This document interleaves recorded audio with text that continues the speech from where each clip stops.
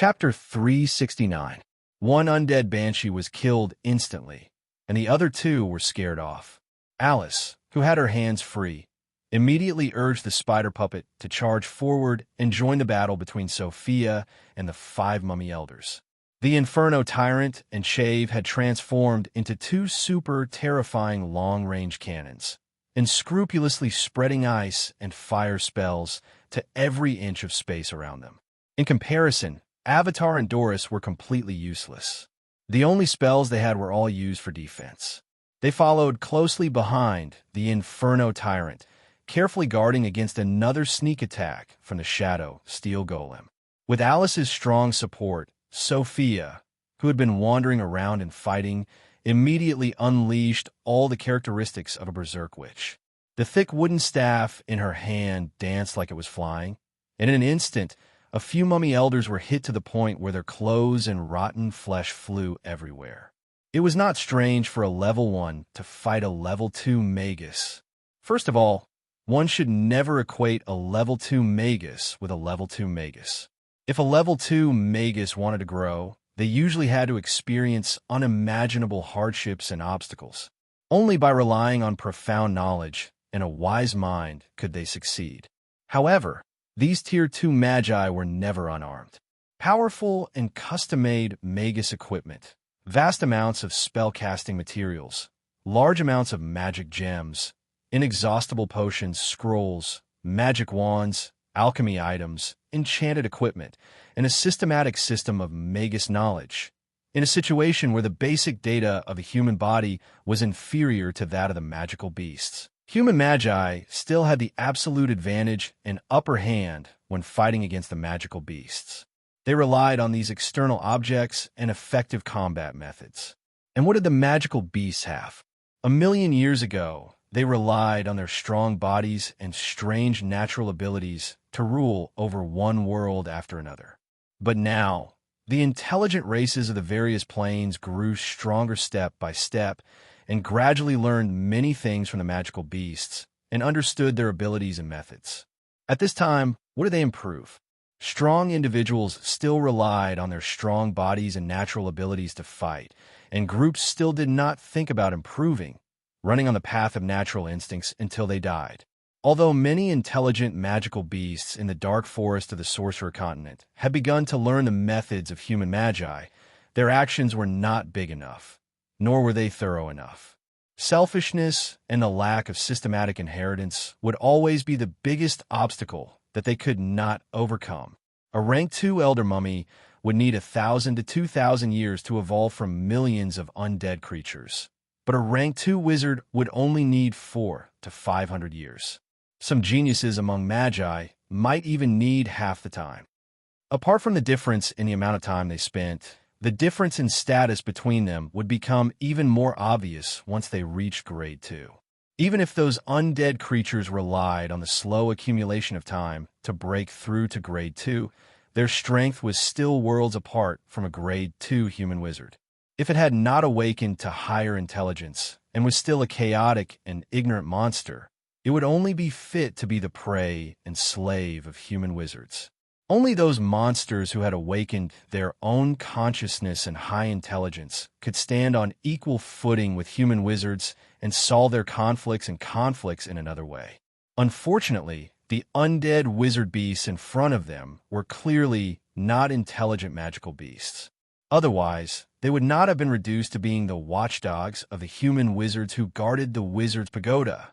So when Sophia used her berserk wizard spells and soul equipment to fight against the elder mummy, what did they have? They still had rotten flesh that was harder than steel, and the strange shroud that had evolved naturally. Other than that, they had nothing.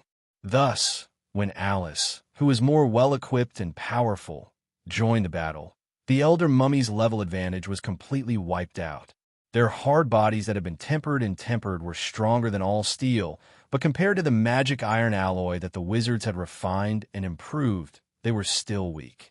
The shroud that they had evolved naturally had a strange effect. It could selectively strengthen certain attributes according to the will of the mummy, but compared to the ever-changing wizard spells of the wizards, it was still inferior. Furthermore, The corpse's corrosive gas and slowing halo that they relied on to defeat their enemies could not do anything to Sophia and Alice. Thus, the battle immediately became one-sided. Alice rode on the spider puppet beast and charged forward fiercely, blocking most of the attacks from the 5 elder mummies. No matter how hard the opponent smashed its metal shell, creating shallow pits, the spider puppet beast refused to retreat. Instead, it used its sharp and powerful limbs and the terrifying giant pincers at the front to slice off the opponent's body, sending debris flying everywhere. The demonic cannons that were perched on top of the spider puppet beast also fired continuously, using plasma bubbles to bombard the heads and chests of the mummy. If not for the tough bodies of the mummies, and the fact that the shroud had turned into an electric resistance attribute in time, Alice might really have had the pleasure of slaughtering a level 2 creature again. However, even so, in the face of such a powerful and all-metal monster, every time it spun in the air, it could scrape up a large piece of the ground.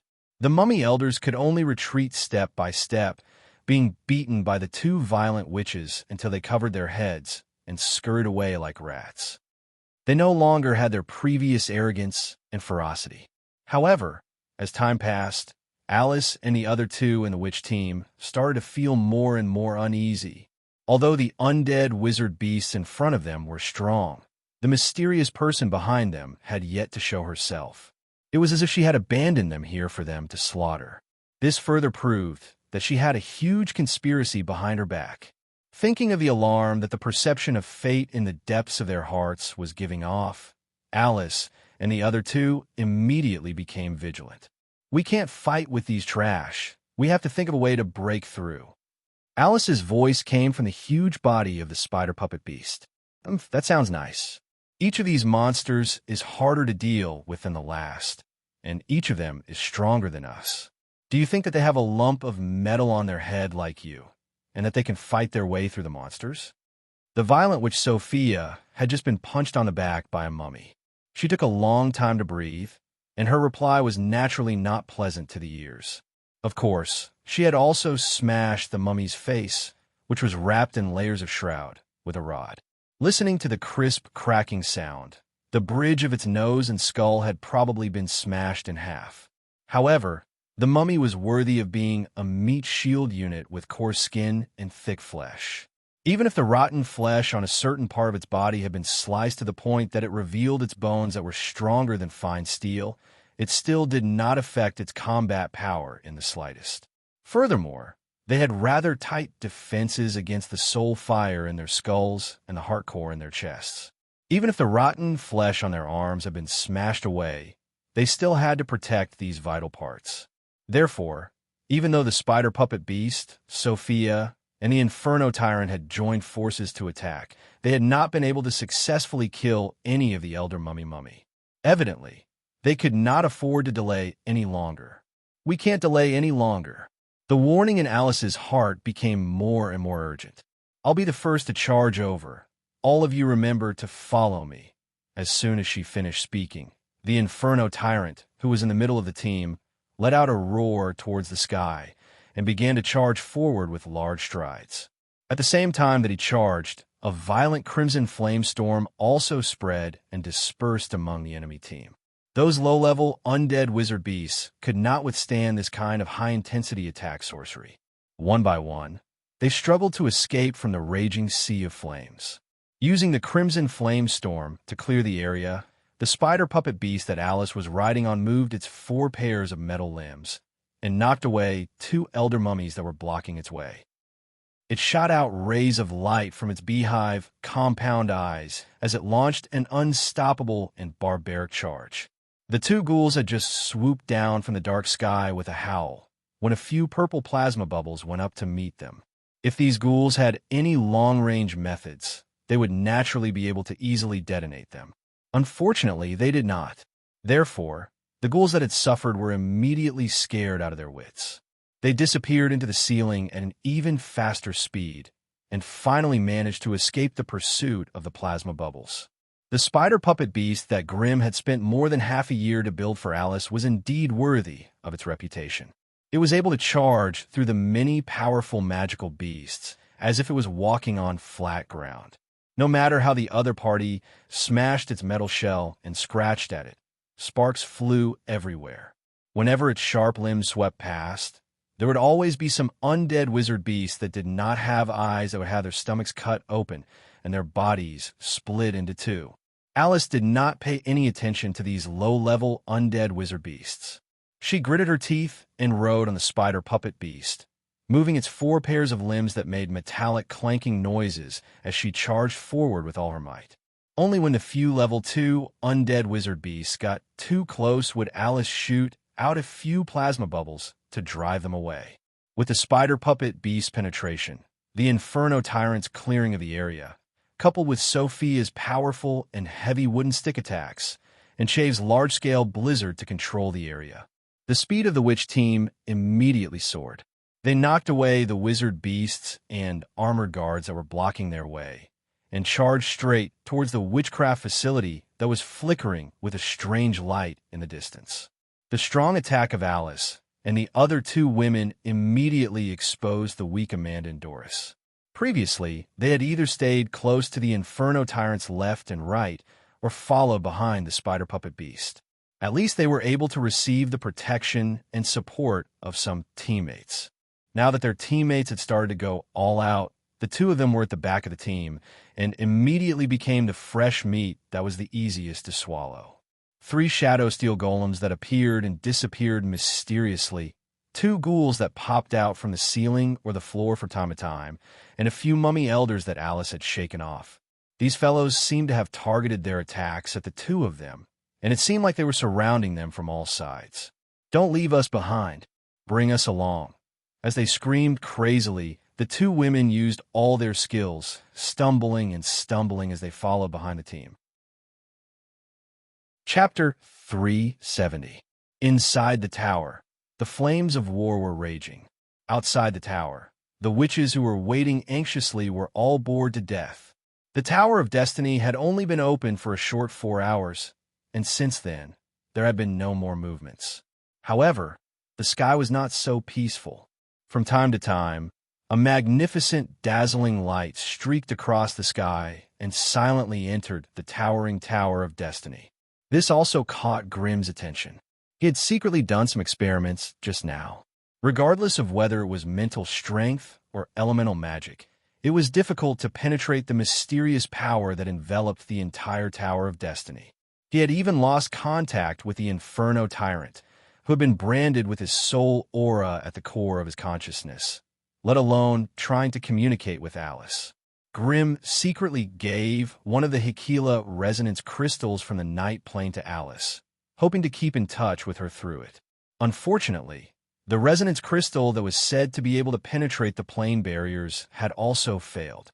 However, in the tightly guarded Tower of Destiny, the dazzling 5-colored light streaked across the sky and entered it. How could Grimm not be surprised? These foolish fellows, since they have already become the carriers of destiny, they still want to resist their own destiny. Do they think that by hiding far enough, they can avoid the battle of destiny? He. In the end, they lost their last chance. How foolish. An old witch with an aquiline nose and sunken eye sockets looked up at the dazzling light streaking across the top of her head, and could not help but mock softly. Hearing this, Grimm's body trembled slightly. When he raised his head to look at the dazzling light again, he felt completely different from before. This was not some kind of magic, but was a life. Seriously speaking, when the Battle of Destiny had begun, there were less than 150 people who had arrived at the Tower of Destiny. Were there only so many people who had awakened the innate talent of destiny in the entire Sorcerer continent? No. According to Grimm's contact with the Witches of Death, every time a witch faction that had lost their inheritance returned, there would be at least 300 to 400 candidates. This meant that the number of awakened people who had arrived at the Tower of Destiny to participate in the Battle of Destiny was less than a third of the total number. So, could they ensure their survival by hiding far away? Grimm fell silent as he looked at the colorful light streaking across the sky above his head. No matter where you hide, no matter how strong you are, when the Tower of Destiny closes, all the awakened of destiny who are not present will suffer the backlash of the plane's laws. The destiny talent that had once brought you limitless glory and glory in the past had now become a lethal poison to you. At this moment, in various hidden corners of the Sorcerer Continent, countless awakened ones were wailing in pain, desperately begging for something. But it was useless. An inexplicable flame of laws spread out from the depths of her soul, burning her body, flesh, bones, and organs into ashes. All of the essence of the flesh and soul was refined into a mysterious substance, then attached to the strand of destiny force, and sent to the Tower of Destiny from afar. Such scenes were happening frequently in various regions. No one could intervene, and no one dared to intervene. Those who gave up on the battle of destiny also gave up on their last chance to struggle. The moment the Tower of Destiny closed its doors, all the awakened ones left outside could not escape the backlash of the law of destiny. They turned into the purest nourishment and were sent to the core of the Tower of Destiny, waiting for the birth of a new destiny witch. Why was every new destiny witch able to gain a firm foothold so quickly? Why did the new destiny witch receive so much attention from various witch factions? This was the reason. With these nourishment as food, any new destiny which could become a grade 2 or even grade 3 powerhouse in the shortest time possible. As for whether or not they could return to the ranks of the grade 4 witch leaders, it would depend on the person's talent. However, how could a person who could become a destiny which lacked talent? This in itself was a very funny question. So, the new destiny which would definitely be a grade 4 powerhouse. It was only a matter of time. And for this future grade 4 powerhouse, even the Witch Council had to give her the most basic respect and appropriate and necessary authority. This also meant that after the end of the Battle of Destiny, Alice was very likely to become a senior witch that even Grimm could only look up to. At that time, the relationship between the two was very likely to have a huge reversal. At that time, it would not be Alice who needed Grimm's strength, but Grimm who would need to hug Alice's thick thigh tightly. It had to be said that Grimm's judgment of people was quite accurate. Ever since he first heard about the War of Destiny from the poisoned centipede Ender, he had searched through all the information he could find on the War of Destiny and the Witches of Destiny. From then on, he had the idea of taking a shortcut and taking a shortcut. A one-time investment, a lifelong return. Once he won the bet, he would have a senior witch to protect him, and his future would be indescribably comfortable. Even if he lost the bet, the loss would only be some worldly possessions. He was a registered wizard of the Salubo family in the Scattertalon region.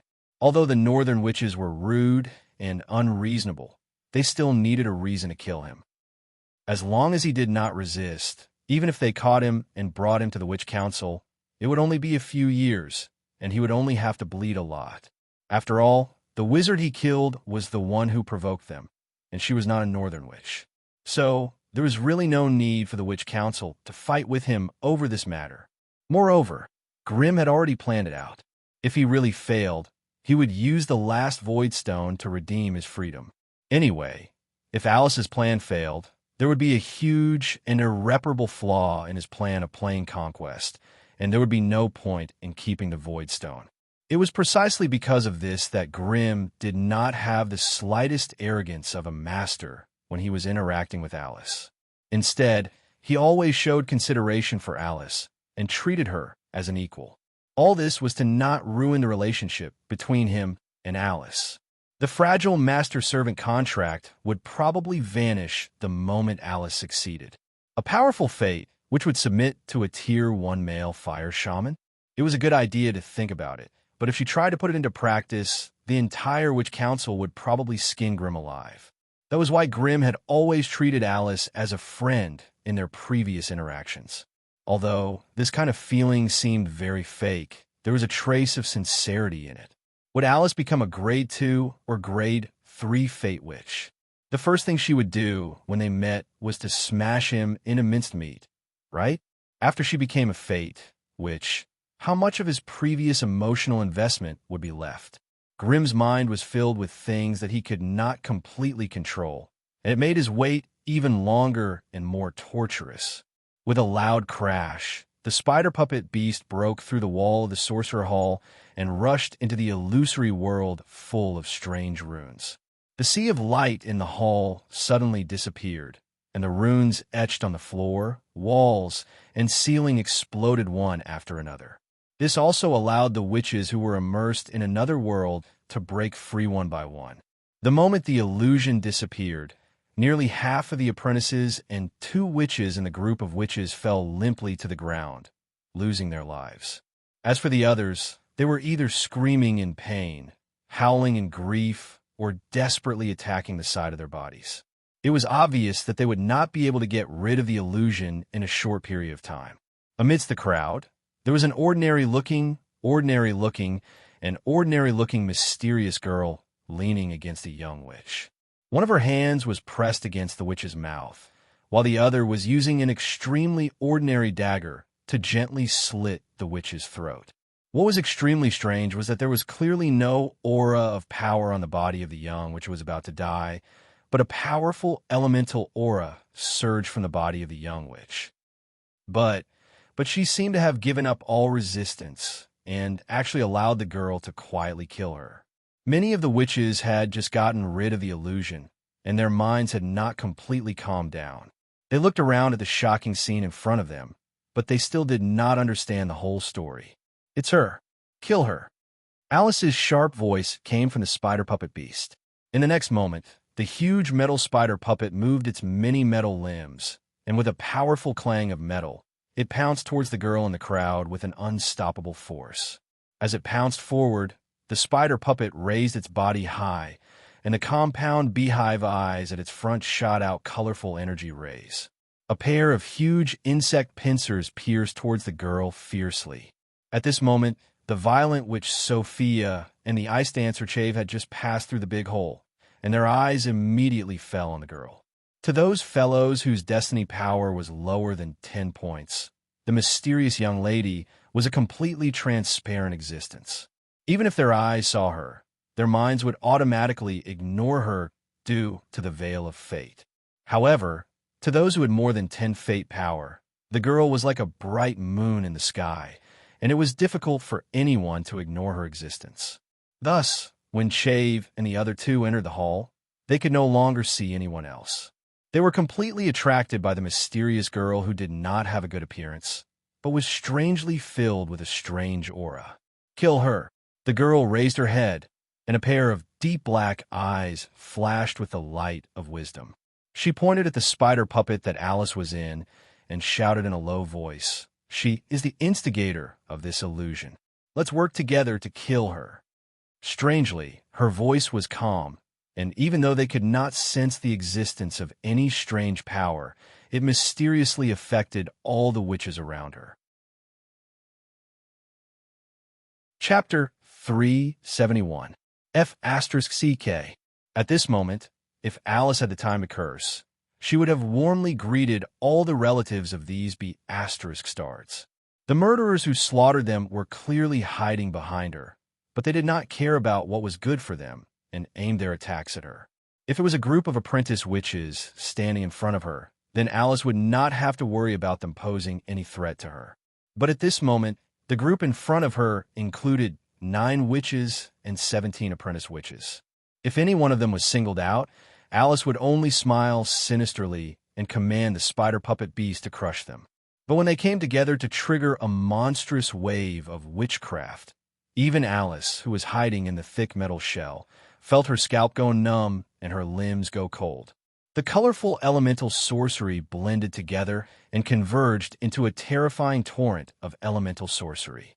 The elemental sorcery shook and collided with each other as it rushed towards the spider puppet monster. Alice screamed inside and hurriedly commanded the spider puppet beast to dodge sideways. While dodging, the metal spider's beehive compound eyes flickered, raising layers of force field barriers. Among all the defensive witchcraft, this force field barrier was undoubtedly the best. Most of the other defensive witchcraft had an elemental bias. Although it was effective in defending against witchcraft attacks of the same element, it was easy to be restrained by the corresponding elemental witchcraft. The force field barrier, on the other hand, was pure magic energy and did not have an elemental bias, so it was especially suitable for large-scale wizard battles. But even so, the force field barrier raised by the spider puppet beast, as thick as a tortoise shell, did not last for 3 seconds. The elemental witchcraft attack strength had even reached 2 to 300 degrees at this moment. It easily broke through the translucent force field barrier and engulfed the spider puppet beast that could not escape in time. Sophia and Chave, who were following closely behind the spider puppet beast, also hurriedly dodged the attack. Although the Violent, which had a magic resistance physique, there was a limit to this immunity. If the limit was exceeded, she would still have to bear the consequences. An attack of 2 to 300 degrees had already reached the level of a grade 2 wizard. Even she did not dare to take it head on. Just when Alice and the others were thrown into chaos by the witch's betrayal, the mysterious girl gently let go of the witch's corpse in her arms. She closed her eyes and raised her head, carefully savoring the pleasure of the power of fate surging and condensing in her body. As if she had crossed an invisible threshold, the characteristics that the mysterious girl displayed actually had a faint trace of difference, as if even her soul had ascended to an unfathomable level. 20 points. The power of fate from the witch she had just killed had finally increased her total fate to 20 points, a terrifying critical point on the verge of a qualitative change. Unknowingly, the Sorcerer Hall began to undergo various mysterious changes. The floor beneath his feet and the walls around him gradually turned transparent and bright. Countless light blue, light purple, and dark red magical lines intertwined and overlapped, forming glowing wizard power nodes. Countless lines of magic power that resembled blood vessels and meridians extended and extended at will. They seemed to be in a mess, but they gave off a mysterious feeling. They connected with each other and coiled into three-dimensional rune structures of different shapes and sizes. Specks of tiny runes appeared one after another and slowly connected into a chain of runes that outsiders could not decipher. At this moment, in everyone's eyes, the entire Sorcerer Hall had disappeared. The floor, the vault, and the walls were all hidden in the darkness, leaving only a mysterious spell formation that was weaved by countless magic threads. Powerful wizard power surged unceasingly in the rune chain. They coiled and intertwined with each other. Through the layers of magic threads, they were perfectly connected and supported each other. They were connected by all the magic threads and fused into one, forming a huge and extremely mysterious and powerful spell formation. At this moment, the core of this mysterious spell formation was impressively the mysterious girl that no one could name. The girl's body slowly floated up.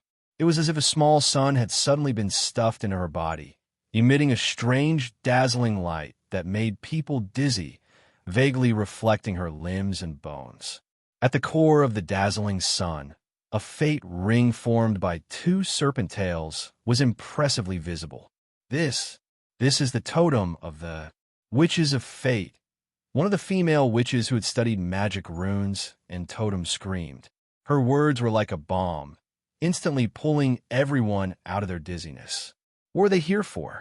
Of course, it was to fight for the 1 in 10,000 chance of becoming a Witch of Fate. But this witch in front of them actually had the Witch of Fate totem 1 step ahead of them. Did this not mean that she had already obtained the recognition of the law of fate? And if she won, did it not mean that everyone would become the abandoned child of fate and become someone else's stepping stone? In an instant, many of the witches felt as if their hearts had sunk into a 1,000-year cold pond, completely cold, and their teeth chattered from the cold. But just as everyone's hearts were about to die, and their fighting spirit was slowly diminishing, Shuefu gritted her teeth and stood up. Why are you all panicking? Only after the complete ceremony can she be considered a true Witch of Fate. As long as we kill her before the ceremony ends, everyone still has a chance. Saying this, Shuefu waved her hands, and a series of ice spikes whistled through the air towards the girl who was frozen in midair. The ice witchcraft touched the outer layer of the mysterious spell formation and immediately caused a strong backlash. Dozens of ice spears that were far more powerful than the ice spikes appeared in the air and pounced toward Xue Fu with an even more ferocious stance. Xue Fu's expression changed, and her eyes were filled with shock. These ice spears were far more powerful than her ice spikes. Could the ice armor outside her body withstand it? Just as she was thinking, unsure whether she should switch to defense or dodge, a huge figure suddenly appeared in front of her, using its huge body to block the ice spears. Clang, clang, clang.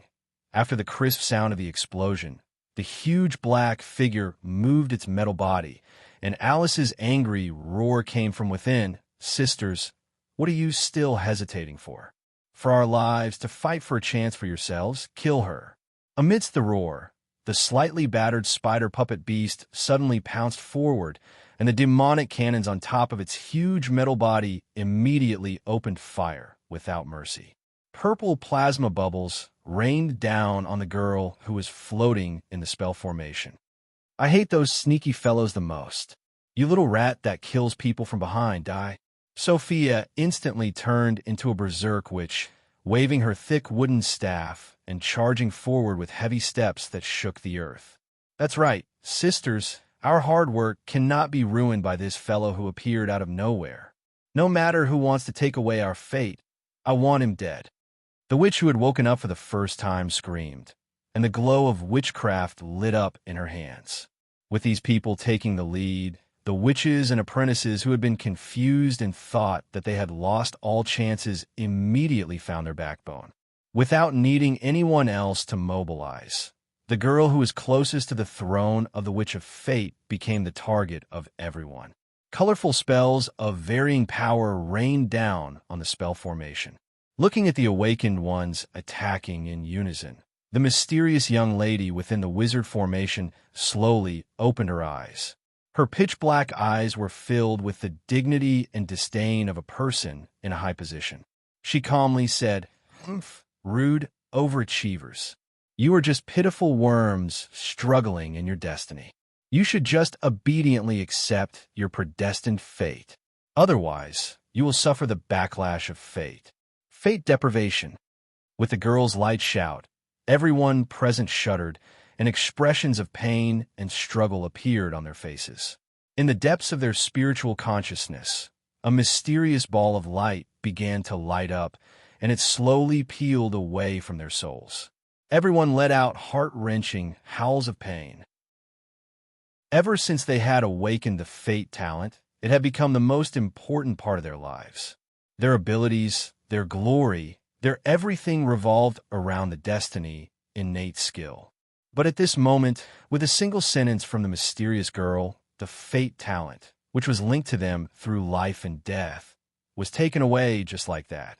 If one were to describe the amount of effort and resources they had invested into the fate talent, then the pain they had to endure now would be incomparable. This was 10 times, no, 100 times more painful than being skinned and having one's tendons pulled out. The acolyte level awakened ones were unable to endure such pain. As they rolled on the ground, the skin on the surface of their bodies ruptured inch by inch, revealing the tender red flesh and tendons beneath. Boundless blood overflowed, instantly turning them into unbearable bloody figures. The mysterious ball of light was slowly pulled away from their bodies. With every inch that was pulled away, one or several soul threads would suddenly snap. After all these years of hard work, the fate talent had long since become a part of their lives. It was inextricably linked to every inch of their flesh and skin. At this moment, they were being forcefully pulled away by an external force. The pain they felt was not something outsiders could understand. All of the acolytes died from the pain. After their deaths, their bodies, flesh, and souls were burned by a nameless flame, turning into the purest form of energy. The mysterious ball of light swept them into the spell formation. Chapter 372. The terrifying fate stripping was certainly fatal to witch apprentices, but for the witches whose mental strength had reached a qualitative change, it was bearable. During the massacre, just now, the witches who survived almost all absorbed a part of the power of fate. Therefore, when the terrifying fate stripping befell them, they still had a lot of buffer time. As for the mysterious girl in front of them, everyone could only guess her identity. Although she was not considered a real fate, which, compared to the others in the tower, she was already infinitely close to the strongest candidate for the position of Fate Witch. Moreover, she also had a mysterious method to control the power of fate, which was not something an ordinary which could comprehend and master. So, she was most likely part of the soul projection left behind by the previous Fate Witch. As far as everyone knew, the previous Fate Witch did not die, but crossed 4 levels and exceeded the upper limit of the sorcerer world's capacity, so she was forced to enter the Sea of Stars. Then, before she left, she would tamper with the birth ceremony of the next Destiny Witch, so that one of her soul projections would be the winner. This would also become logical. She was originally a part of the previous Fate Witch, and had the body and soul most compatible with the power of fate. This also gave her an incomparable advantage when competing for the position of Fate Witch. However, the birth of a fate which was directly controlled by the law of fate. If she wanted to successfully become a real Fate Witch, she still had to faithfully carry out all the procedures set by the law of fate.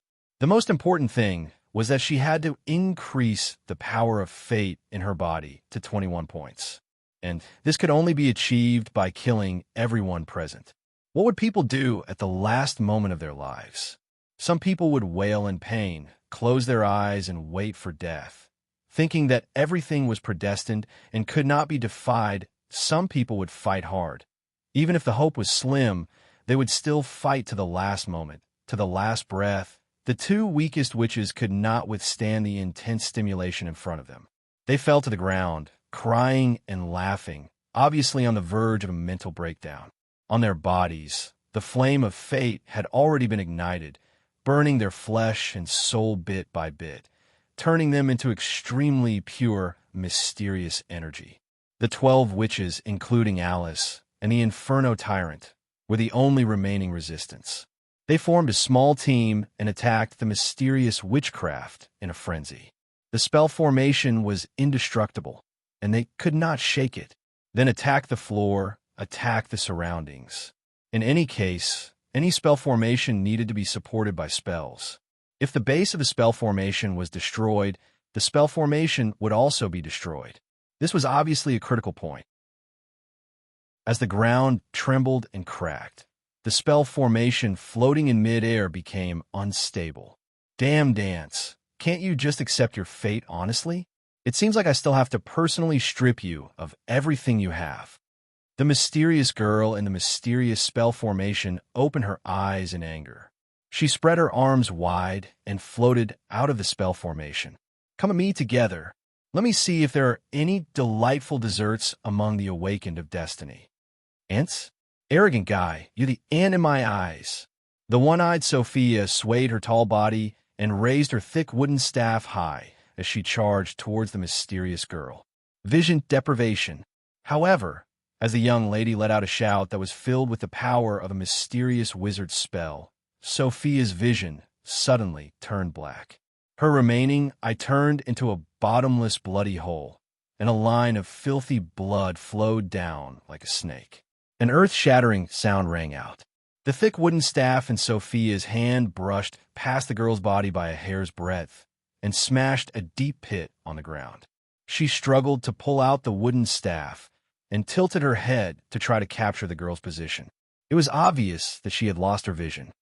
We can't let her unleash her power unscrupulously. Everyone attacked together. Although Alice was hiding in the spider puppet beast, she could see everything clearly through the scouting crystal. She immediately urged the Inferno Tyrant to be the first to charge forward. At this point, the Inferno Tyrant had once again transformed into a giant fiery man that was as tall as 5 meters. Raging flames rose from his entire body, and as he rapidly approached the mysterious girl, he did his best to throw out exploding fireballs the size of a wash basin. The mysterious girl relied on the power of flight to dodge quickly in the air, but she still could not avoid the large-scale flame shock wave formed after the exploding fireballs. Although the mysterious girl's soul far surpassed everyone present in terms of level. This body obviously could not reach the same level as her. Thus, after the surging flames scorched the cloth robe outside her body, the mysterious girl's emotions also became angry and anxious. A soul that doesn't belong to this world is destined to be abandoned by this world. As she evaded everyone's attacks, the mysterious girl pointed at the Inferno Tyrant and released her unique curse. The girl's voice had just fallen when a powerful, mysterious force wrapped around the Inferno Tyrant, who was striding forward. Amidst a wave of intense distortion in the space, the Inferno Tyrant's tall, flaming body actually disappeared into thin air, and not a trace of him could be found anymore. Alice, who was hiding in the spider puppet beast, instantly turned deathly pale.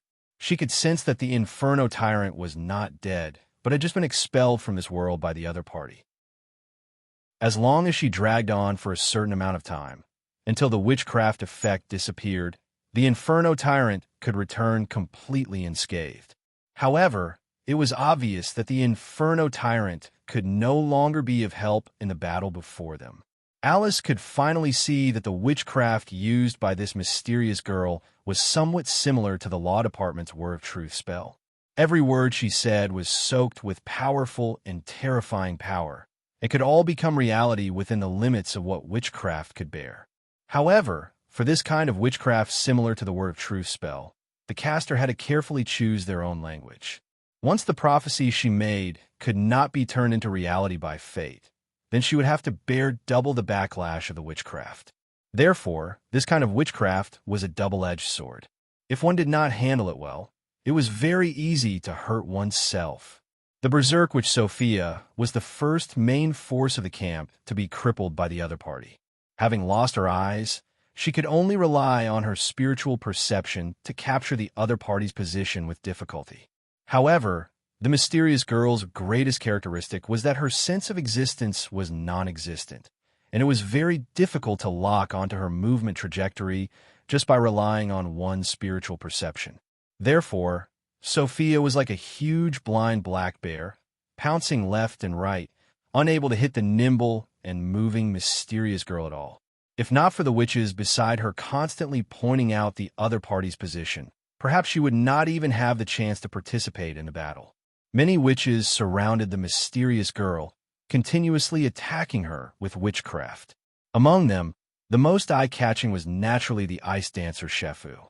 At this moment, Shefu was wrapped in 6 to 7 rapidly revolving ice crystal shields. Her entire body was covered in colorful energy shields and protective force fields. She floated in the air 3 meters above the ground, and the ice-type witchcraft in her hands poured out like a torrent towards the mysterious girl. The attacking power of her ice-type witchcraft might be average, and could only maintain a range of 70 to 100 degrees, but the accompanying freezing and slowing effects gave the mysterious girl a huge headache. The mysterious girl's body was surrounded by a mysterious energy aura, which could withstand the frenzied attacks of the crowd. Every time this mysterious energy was about to be depleted, she would reach out her hand towards the spell formation not far away and draw a portion of the mysterious energy from within to continue protecting herself. The slowing effects of Shefu's ice-type witchcraft attacks made her expend 2 to 3 times more energy than usual. Without a doubt, this made the mysterious girl feel annoyed. Thus, her next target was the ice dancer Shefu. Headache, diarrhea, legs weak. In one breath, she let out 3 sentences that sounded like a prophecy and a curse at Shefu, and the ice dancer who had been bombarded with cannons immediately became listless. An intense headache assaulted her head, and Shefu held her head with her hands as she painfully fell to the ground. The moment she landed, her legs became weak, and she stumbled to the ground. However, this was not the most terrifying thing. The scariest thing was that Shefu suddenly clutched her lower abdomen, and a loud gurgling sound came from there. Damn it, what kind of method was this? It had to be said that the mysterious girl's attacking methods were beyond everyone's imagination. She moved within the witch's attack circle and used her nimble body to dodge everyone's attacks. Only those attacks that she could not dodge, she would choose to take them head-on. And her attacking method was this kind of curse that came out of her mouth. Of course, you could also think of it as some kind of prophecy. As the mysterious girl moved quickly, she could not help but lightly point at one of the witches and let out a short witchcraft prophecy. And every prophecy would instantly become reality, causing the other party to fall into chaos or pain. Against those who were strong or mentally strong, she did not dare to give out overly fatal prophecies. But against those who were weak, she did not have this kind of worry. The first to die was a young witch with a baby face and freckles on the side of her nose. When a mysterious girl flew past her, she silently fell to the ground after a cry of death, losing her life. And the second unlucky one was Amanda. As a potion master, Amanda's main body's fighting ability was really very weak. And in battle, most of her attacks came from the energy slaves summoned by the witchcraft potion. Thus, when the mysterious girl gave her the prophecy of devouring its master, Amanda tragically died under the attack of her own summoned creatures. Under the mysterious girl's wandering attacks, witches fell one after another, and everyone could not help but feel threatened. And at this time, no matter how much Alice wanted to hide, the spider puppet's powerful attack still exposed her. Chapter 373. Everything that deviates from nature will be deviated from by nature. The mysterious girl's voice was crisp and clear, and the prophecy she cast was even more straightforward. As the prophecy was released, the mysterious witchcraft also shook violently, and a huge amount of dazzling light flowed out from it, quietly diffusing into the void. As the carrier of the prophecy, the mysterious girl seemed to be dragged down by this witchcraft that exceeded the limits of her body and could not help but spit out a mouthful of blood. As for the spider puppet beast that was chasing after the girl, it was instantly entangled by the strange light that overflowed from the void. A second ago, the spider puppet beast was a large metal structure that was 5 meters tall, 9 meters long, and weighed 300 tons. Its whole body was made of an excellent magic iron alloy that was equally resistant to both physical and magic, but in the next second, it was disintegrated in an instant. That's right. In the blink of an eye, this tall and mighty giant suddenly expanded and exploded, disintegrating into pieces, lumps, and pieces of scattered metal parts, components. The whole metal structure was suspended in the air in a disintegrated state for 2 seconds, and then fell to the ground with a crash. Alice, who was sitting safely in the thick metal shell and riding the spider puppet beast a moment ago, sat paralyzed in a pile of scattered metal in the next moment, holding her head and screaming as she endured the rain of parts that fell on her head. Goblin magic pistons, Z50 mana refillers, high elastic pads, neuron springs, thinking amplification discs, flexible deflection discs, force field shield generators, and all kinds of magic gems, strange parts with completely different functions and shapes. Alice even saw the Eye of Petrification, the Ruby, and some components of the demonic cannon in the rain of parts. Unfortunately, these things, when put together, might have been able to bring a certain degree of threat to the mysterious girl. But now, they were all scattered on the ground, useless garbage. Fortunately, Alice's own energy fluctuations were extremely weak, and at first glance, she was not the type that could pose a threat to the battle. Therefore, the mysterious girl floated over her head and did not stop to waste another terrifying prophecy for her. With the combat power of several of the main witches greatly reduced, the team surrounding the mysterious girl immediately fell into disarray. Their firepower was greatly reduced, and all the witches felt insecure. They wanted to work harder to kill this annoying guy as soon as possible. But at the same time, they were afraid that their performance would be too outstanding and they would become the other side's target. Judging from their current battle prowess, no one present was a match for this mysterious girl. If she was determined to kill someone, no one would be able to stop her.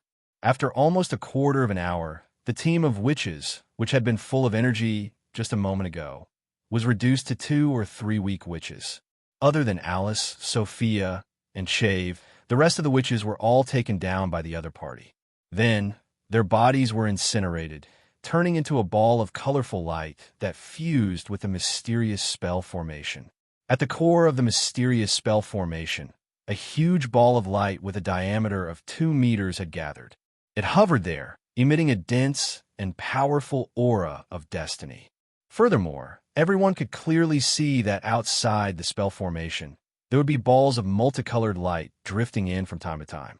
They would then be pulled along the mana threads and silently integrated into the huge ball of light. This was the so-called destiny witch induction ceremony. Among the awakened witches who entered the tower, as long as any of them successfully stepped into the spell formation and absorbed the power of destiny gathered within, they would become the new destiny witch. However, when absorbing the power of destiny, the witch in charge of the ceremony would definitely be in a defenseless state and could easily be interrupted by external disturbances. Therefore, the safest course of action was to kill all the competitors and nip all the dangers in the bud. And that was exactly what the mysterious girl had done. At this moment, the Tower of Destiny had long been locked. All the awakened who did not enter the Tower of Destiny in time would be crushed by the law of destiny and turned into the purest form of energy. They would then be swept into the mysterious spell formation by the power of destiny. As for their spiritual consciousness and souls, they were, of course, broken down into unconscious nourishment used to nourish the new Witch of Destiny. Therefore, the competitors from the outside world no longer existed. They had all been turned into energy that could be absorbed and stored within the spell formation. Within the tower, the only surviving awakened ones of destiny were the 4 that stood before him.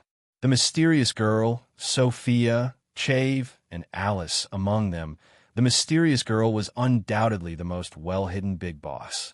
Under her bloody and cruel oppression, the rest of the witches either died or perished, becoming a part of the light of the spell formation. As for Sophia, she had lost both her eyes. Although she still had her battle power, she could only chase after the mysterious girl clumsily, like a blind bear. Even if she smashed the floor into ruins, she could not harm the other party at all. Chave's fierce long-range firepower was also suppressed by the mysterious girl. Any spell that required incantations and hand gestures was almost impossible to complete. Every time she yelled and looked like she was about to activate a large-scale spell, she would be stopped halfway by the mysterious girl's extremely simple headache, stomachache, mute, and other curses. If not for Chave's strong mental energy and the many protective spells she wore on her body, she would have been tormented by the other party to the point of tears and peeing. In comparison, Alice was the one who received the least amount of attacks. Originally, among the 3 favored, Alice was the strongest. She had the Inferno Tyrant as a fighter on the outside, and the Spider Puppet Beast as a mount and bodyguard on the inside. With such strength and such a combination, she would have no problem fighting against the combination of Chave and Sophia at the same time. But now, the Inferno Tyrant had been exiled from the sorcerer's world, and it would be a long time before he could return. The Spider Puppet Beast was also torn apart by the mysterious girl's terrifyingly strong prophecy into a pile of spare parts and metal shards, and the price she paid was just a mouthful of blood. After losing these 2 protective treasures, Alice was instantly beaten back to her original state. She became the only female awakened who had no battle power other than her divination skills. If not for the fact that she had prepared some offensive spell scrolls that could be of some use, she might have become a harmless experience baby. From the current situation, the mysterious girl's performance was enough to crush the entire witch team. Unless a miracle happened, it was only a matter of time before the team was destroyed. At such a terrifying moment of life and death, any action of conserving strength was foolish. Thus, the 3 women were still communicating closely in the midst of battle. What other tricks do you have? Hurry up and use them. Don't tell me you're prepared to bring those tricks to your graves. Alice roared anxiously. My Inferno Tyrant still has 10 minutes to get out of its exiled state, but I definitely won't be able to hold on until then. Left. 10 meters away. Even as she complained, Alice did not forget to point out the other party's position to Sophia. "This damn fellow only knows how to dodge. I can't catch up to her at all." Sophia had not even touched an inch of the mysterious girl's skin since the start of the battle.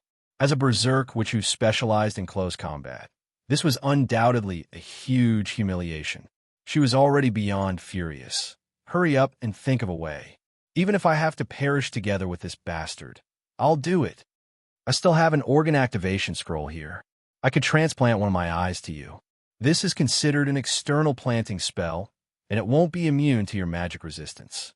Shefu floated shakily in the air, tried her best to shoot out pieces of ice and balls of cold air. She shouted angrily as she fought. Although her personality was reserved and cold, she was also filled with rage from being oppressed by the mysterious girl. She looked like she wanted to fight to the death with the other party. "No, you can't lose any more combat power." Alice interrupted halfway. "I'm the least useful now. Give me the scroll and give my eye to Sophia.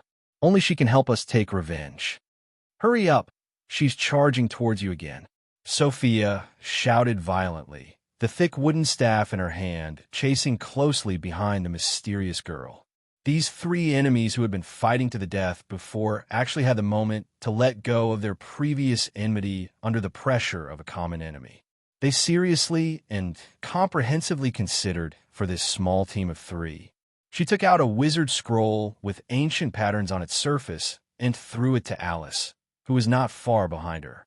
Shefu gritted her teeth, her body slowly floating up.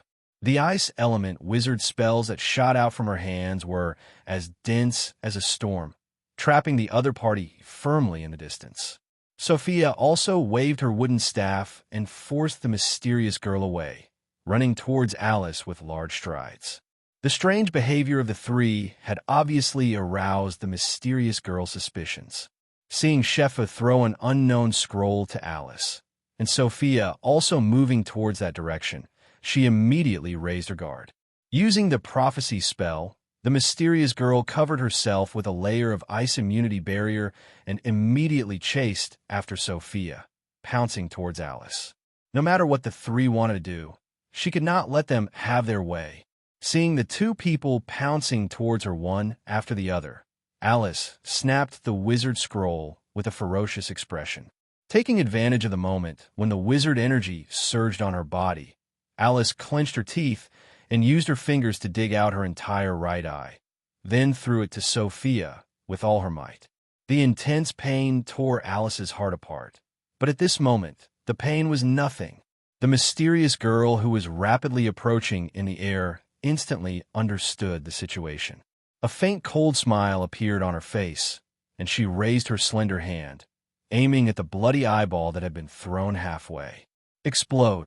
But just as she made the prophecy, a slender figure suddenly blocked in front of her finger. In the next second, Shefu was thrown into the air, a large bloody hole suddenly exploding in her abdomen. Blood shot into the sky like a waterfall, splattering into a rain of blood. Sophia used her mental perception to see everything around her clearly. She grabbed the eyeball that Alice had thrown out and stuffed it into her empty eye socket. The stalk behind the round eyeball immediately extended thousands of hair-like tentacles, firmly fixing herself in place. A moment later. Chapter 374. She glanced at Alice, who was not far in front of her. She was as short as a 7 or 8-year-old child. At that moment, a large bloody hole suddenly appeared on her fair and delicate face. Blood spurted out of her eye socket, covering half of her face and dyeing half of her body red. At first glance, Alice looked like a doll that had been broken by someone, but she was still smiling sweetly at Sophia. Sophia's tall and muscular body suddenly turned around, and what she saw was a slender figure that suddenly floated down. A large bloody hole and dense cracks that resembled spiderwebs appeared on her crystal-clear body and skin. After the ice shield exploded, it turned into ice powder that filled the sky, mixing with the rain of blood that sprayed out like flowers of blood that suddenly bloomed. The heavy injuries that she had accumulated previously, in addition to her already delicate and fragile body, The former ice dancer Chave could no longer withstand such a violent and ferocious attack. The aura of life started to dissipate from this exquisite and perfect body. The first wisp of flame of destiny first appeared at her heart, and then quickly spread to the rest of her body. As Chave's life faded away, the mysterious young lady that was flying over was immediately revealed. Sophia, who had turned into a berserk witch, raised her head and let out a heart-wrenching roar. The thick wooden staff in her hand whistled through the air as she threw out. She followed closely behind and pounced forward. The mysterious young lady was completely unaffected by Chave's death. Her gaze was completely attracted to the berserk witch Sophie. Seeing that the other party had launched a violent attack from so far away, the mysterious young lady's calm face revealed a mocking smile. As for the hatred and anger that surged between the insignificant ants in front of her, she completely ignored it. After all, she was a projection of the consciousness left behind by a high-level witch. She really could not care less about these low-level emotional exchanges and levels of power. So what if she exploded or not? If not for the burden of this body, with her abilities and control of the power of destiny, it would be a piece of cake for her to destroy this group of low-level witches. A crazed ant was still an ant. Could it turn into a beast and bite her? With a haughty and arrogant attitude, the mysterious young lady's body drifted and dodged the thick wooden staff that was flying toward her. She raised her slender fingers once again and aimed at Sophia, who was pouncing toward her. She's just a female warrior who only knows how to use brute force. I'll just kill her this time. However, before she could spit out the sentence of witchcraft, the thick wooden staff that brushed past her suddenly turned into a long python covered in dark green scales. The thick and long body stretched and actually wrapped around her. This unexpected turn of events caused the mysterious girl to turn pale with fright. Since they were both awakened of fate, it was extremely difficult to predict what the other party would do next with fate premonition. That was why the other party's change was so sudden that even the mysterious girl, who had always planned before taking action, was unable to guard against it. The long python that was animated by the thick wooden staff was clearly a strange monster. After its tough and thick body wrapped around a mysterious girl, it began to rapidly twist and bite. Unfortunately, the mysterious aura that lingered around the girl's body was tougher than all barriers and defenses. Even though the long python's sharp, poisonous fangs sank deep into her skin, it could not pierce through the girl's soft skin that seemed to be fragile.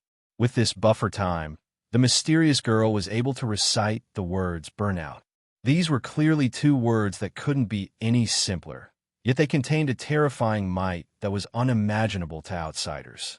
The demonized serpent, which was already a terrifying demon in the eyes of ordinary people, raised its neck and hissed at the monstrous demonic fire triggered by the word burnout. The gaps between the scales on its thick and long serpent body were spewing black flames in a frenzy. The demonized, long python twisted its body in pain, and the mysterious girl took the opportunity to escape from its entanglement. Just as she escaped, the mysterious girl saw an iron fist that was suddenly expanding. Block! Although the prophecy that was cast at the last minute did not gather enough power, it still perfectly blocked Sophia's violent iron fist. Boom! A transparent layer of light blocked between the iron fist and the mysterious girl's nose. Although it was as thin as a cicada's wing, it was as tough as the world's toughest steel. No matter how Sophia's iron fist rammed into it, causing her flesh to split open and blood to splatter, other than a slight dent, the light layer did not seem to be damaged at all. However, the dent in the light layer had clearly touched the mysterious girl's nose, causing her to feel a slight pain. Damned ants. The mysterious girl took a step back, gently rubbing her nose as she cursed viciously. Although her sentience had just sprouted and she didn't have much intelligence, she felt hatred and disgust from the bottom of her heart towards these ants who had offended her dignity. Perhaps it was better to use up some of the power of destiny in the spell formation to get rid of them as soon as possible. However, the power of destiny was the cornerstone for her to rise again. She would feel a faint heartache if she were to use it on this group of ants. Just as the mysterious girl's thoughts were wavering and she could not make up her mind, the light layer in front of her shook violently once again. The violent witch, who was charging forward, was obviously not willing to give up so easily. She actually hammered the light layer that was between her and the mysterious girl, one punch after another. If her fists were not enough, she would use her legs. If her legs were not enough, she would use her fists. Sophia attacked the light layer with all her might, as if she had gone mad. Every hit was accompanied by a sudden blossoming of blood. The skin and flesh on the front of her fists had already cracked, revealing the white finger bones beneath the flesh. Sophia's forehead had also turned black and blue, and then became a bloody mess. However, she did not seem to feel it as she continued to hammer, kick, and hit crazily. Every time she attacked, there would be mysterious energy flowing on the light layer. The faster she attacked, the faster the mysterious energy was consumed. It was clear that the light layer, which had not moved at all, was now showing cracks and damage that could be seen with the naked eye. The speed at which the mysterious energy was repairing the damage could not keep up with Sophia's speed of destruction. With a sharp howl, Alice ran forward with a dagger in her hand. At this point in the battle, she had used up all the scrolls, potions, and magic artifacts that she could use. The only thing she could do now was to use her flesh and life to hit this hateful light layer. Alice also waved her dagger, stabbing and hitting the transparent light layer in a frenzy. Damn it, these two ants are crazy. She could not care less about what would happen next. The mysterious girl raised her slender hand slightly, preparing to once again draw some power of destiny from the mysterious wizard formation to protect herself. Unfortunately, at this moment, with a crisp crack, the light layer finally shattered. In the next second, Sophia's iron fist, which revealed her white bones, had already landed on the mysterious girl's chin. An even louder and crisper crack could be heard. The mysterious girl's eyes widened, revealing a look of astonishment, anger, and disbelief. Her chin was tilted to the side as it flew out. Unfortunately, before her body could fly half a meter, Sophia's other hand grabbed her right leg firmly and pulled her back. Under the mysterious girl's fearful and uneasy gaze, Sophia's mangled forehead expanded rapidly in front of her eyes. Thud, another dull thud. The terrifying sound of bones cracking could be heard at the same time. The mysterious girl felt as if she had collided with a mountain. A terrifying cracking sound came from her forehead, and it caved in slightly. The intense pain from the collision between her mouth and forehead quickly spread to the depths of her soul. The mysterious girl could not help but raise her neck and let out a heart-wrenching scream of pain.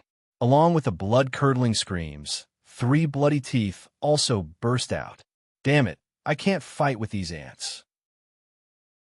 How could his own noble body? While these thoughts were still lingering in her mind, Sophia's broad body had once again expanded rapidly in front of her. She opened her arms, looking like she was going to give her a passionate hug. However, what did that gaping mouth and cold teeth mean? The mysterious girl did not even have time to think. Sophia had already collided with her, her arms tightly holding her in a death grip. Then, she opened her mouth and bit down. What kind of battle technique was this? The mysterious girl, who had been locked in place, was furious. With her hands locked, it was difficult for her to use her hand gestures to guide the power of destiny. Every time she wanted to open her mouth to recite the judgment of destiny, that crude and lowly female barbarian would fiercely smash her forehead into it. Her entire body seemed to have become the opponent's weapon that could be used at all costs. Under the repeated head blows, the mysterious girl's nose bridge broke, her eye sockets cracked, and her face caved in. Her entire face was a bloody mess, and blood flowed everywhere. Her original appearance could no longer be seen. Sophia's injuries were obviously greater than the mysterious girl's. However, she seemed to be used to this kind of battle. Even though she was more injured with every collision, she still continued to smash into her opponent without a care. Not far away, Alice also crawled up from the ground and pounced forward with a dagger in her hand. A mournful howl filled with immense power instantly rang through the entire tower. An extremely terrifying power burst forth from the mysterious girl's body and easily blew Alice away. Meanwhile, Sophia, who was tightly locking her body down, was also shattered inch by the powerful force. Her arms were twisted into soft noodles and then turned into minced meat that splattered all over the sky. Sophia's sturdy body flew far away. While she was still in the air, the power of destiny in her body had already started to burn. Although the three of them had already used their greatest strength, it was a pity that all their struggles and efforts were meaningless against an enemy that was so powerful that they could not fight against it. The enemy's power was not something that they could fight against. There was a dull thud. Sophia's body bounced a few times on the ground, and she slid nearly 100 meters away before she stopped moving. She was tattered and lifeless. "Even if I die, I'll beat you until your face is covered in peach blossoms." Chapter 375. Sophia was dead. Following the death of the ice dancer Chave, the violent and wild Sophia had also died. In the hall, at this moment, only Alice and the mysterious girl were left. When the mysterious girl slowly turned towards Alice in midair, Alice was able to see her deformed skull and bloody face. Her face looked as if it had been trampled by 100 elephants. All the protruding parts were flattened in the most barbaric and violent way. The bridge of her nose was broken and twisted beyond recognition. Her mouth was swollen, and from the defect, it seemed that most of her teeth had fallen out. The eye sockets were broken, and the purplish-black blood mixed with some of the tissue had completely covered the left eye. Only the bloodshot right eye was still radiating hatred and tyranny. As the soul projection left behind by the former Witch of Destiny, her actions were simply a disgrace to the senior witches. She, who had thousands of years of experience that far surpassed her competitors and also had partial control of the Tower of Destiny, was actually beaten up by a low-level witch with the most clumsy means. This simply made her hazy consciousness, which had just awakened, extremely angry. She was angry, she was irritable, and she desperately needed a vent, but the initiator was already dead, letting her, the future Witch of Destiny, whip the corpse. This was simply another form of humiliation. Therefore, she immediately cast a hateful gaze on the only survivor, Alice. Perhaps reading the psychological projection of mysterious girl's gaze, Alice stared at her, but still stood straight. Her short and small body was covered with small scratches, and half of her face was covered in thick blood stains, but she was still smiling sweetly in happiness. "I won't give you the chance to take revenge." As soon as she finished speaking, the dagger in Alice's right hand fiercely pierced into her heart. The petite body froze for a moment, and finally slowly fell. Dark red blood quickly soaked the floor under Alice's body. Damn it, damn it, damn it. What kind of people are there in this batch of awakened ones? Why are they so difficult to deal with? Damn it. Sensing that the life force in Alice's body was gradually weakening until it completely disappeared, the unquenchable anger in the bottom of the mysterious girl's heart turned into a blazing flame, burning her dizzy and so angry that her chest was about to explode. She scanned the hall and the entire tower once more. After confirming that there were no longer any signs of life within the tower, the mysterious young lady suppressed her boiling emotions and turned to walk towards the mysterious spell formation. Since everything was settled, the most important thing now was to quickly become a real Destiny Witch. At the very least, the fate energy gathered here could push her to Tier 3 or even Tier 4.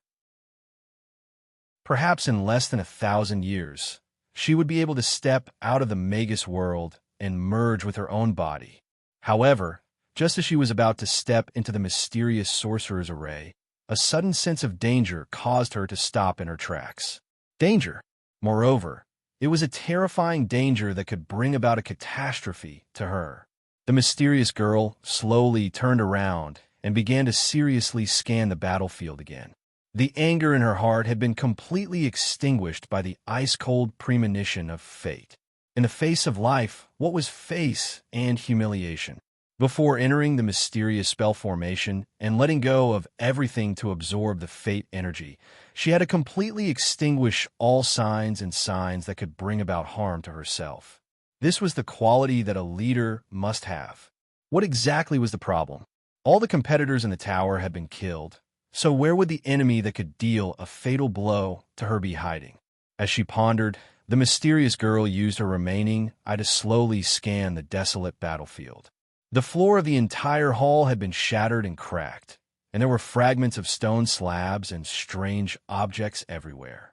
The witches' bodies had all been incinerated by the fate energy, leaving behind only fragments of magic staffs, magic wands, scrolls, and a few discarded potion bottles. Of course, there's also a large pile of metal parts that flickered with a faint blue luster and incomplete rune parts. There were even some magic gems with residual energy mixed in. Other than that, there were the corpses of the 3 women who had just died, and corpses? At this moment, the mysterious girl suddenly came to a realization. How could there be corpses? Once the 3 women died, their bodies would be incinerated by the fate energy in their bodies into the purest form of energy and thrown into the spell formation. Not only their bodies, but even their souls would not be able to escape. Everything would become the foundation and nourishment for the rise of the new witches of fate. But why were the corpses of the 3 women still intact at this moment? Unless they were not dead at all, and were still using their willpower to resist the fate energy in their bodies. The mysterious girl's expression changed slightly. She raised her hands and softly chanted, "In the name of the great law of fate, please bestow upon me the eye of truth that can see through all lies." The mysterious spell formation trembled, and once again projected a wave of fate energy onto the mysterious girl's body. The hall in front of her suddenly disappeared. All the objects in her field of vision seemed to have lost their outlines, and instead appeared as mottled patches of color and threads of spiritual energy that intertwined with each other. The original field of vision was replaced by a new sensing method, appearing in the mysterious girl's eyes. Under the penetration of the eye of truth, Xue Fu's broken body did not have any signs of life. However, a crystal pendant hung on her neck, and strangely, there was a small person that looked exactly like her sealed inside. This small person sat in a thick crystal, and an uncountable amount of strange white fog surrounded her. It was precisely this layer of white fog that prevented ordinary witchcraft from detecting and perceiving her, allowing her to hide until now.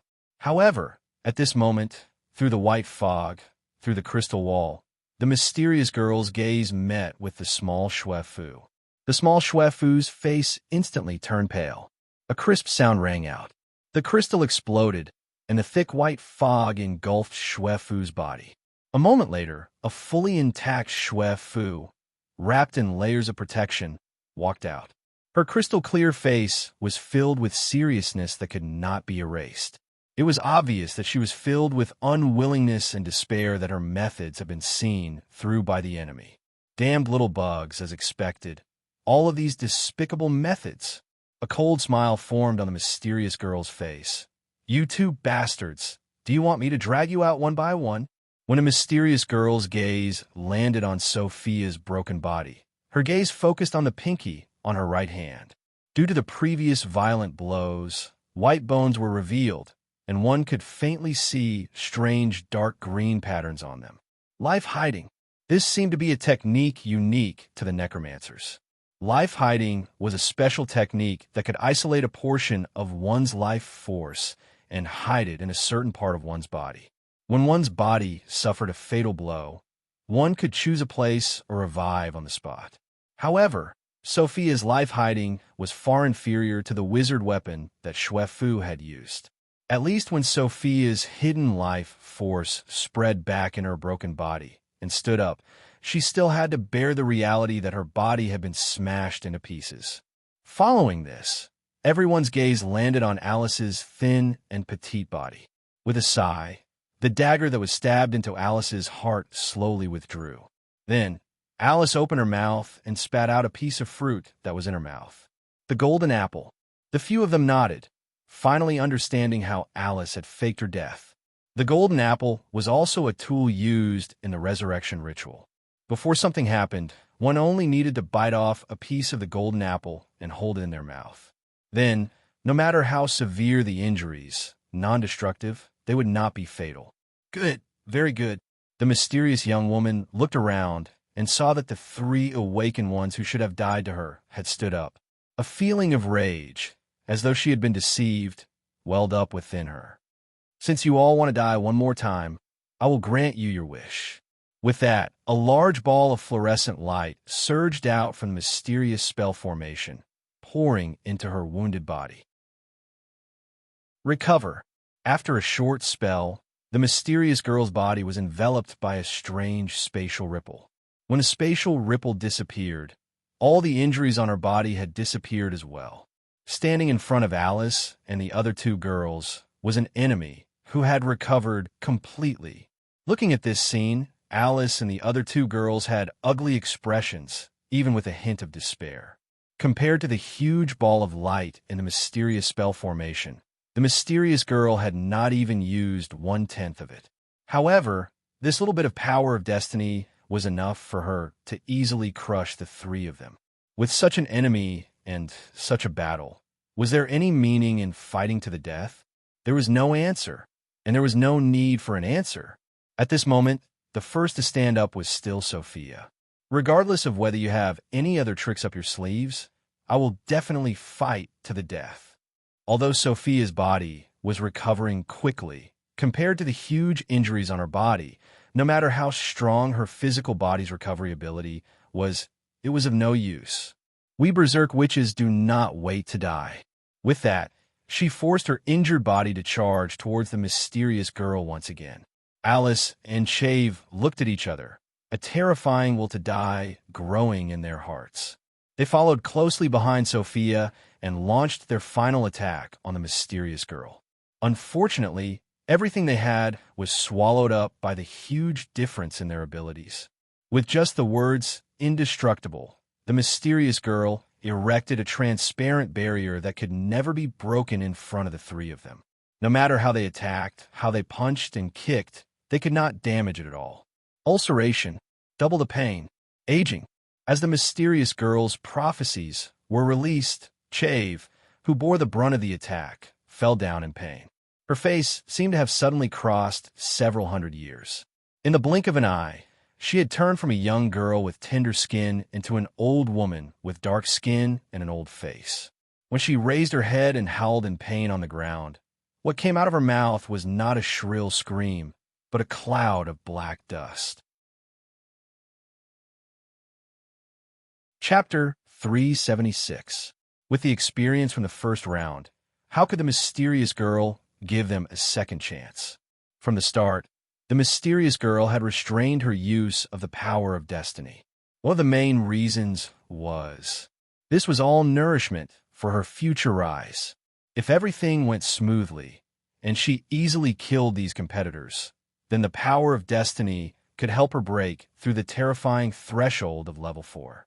But if she used up too much now, and was unable to reach level 4 by a hair's breadth when she advanced, it would be a huge blow to her.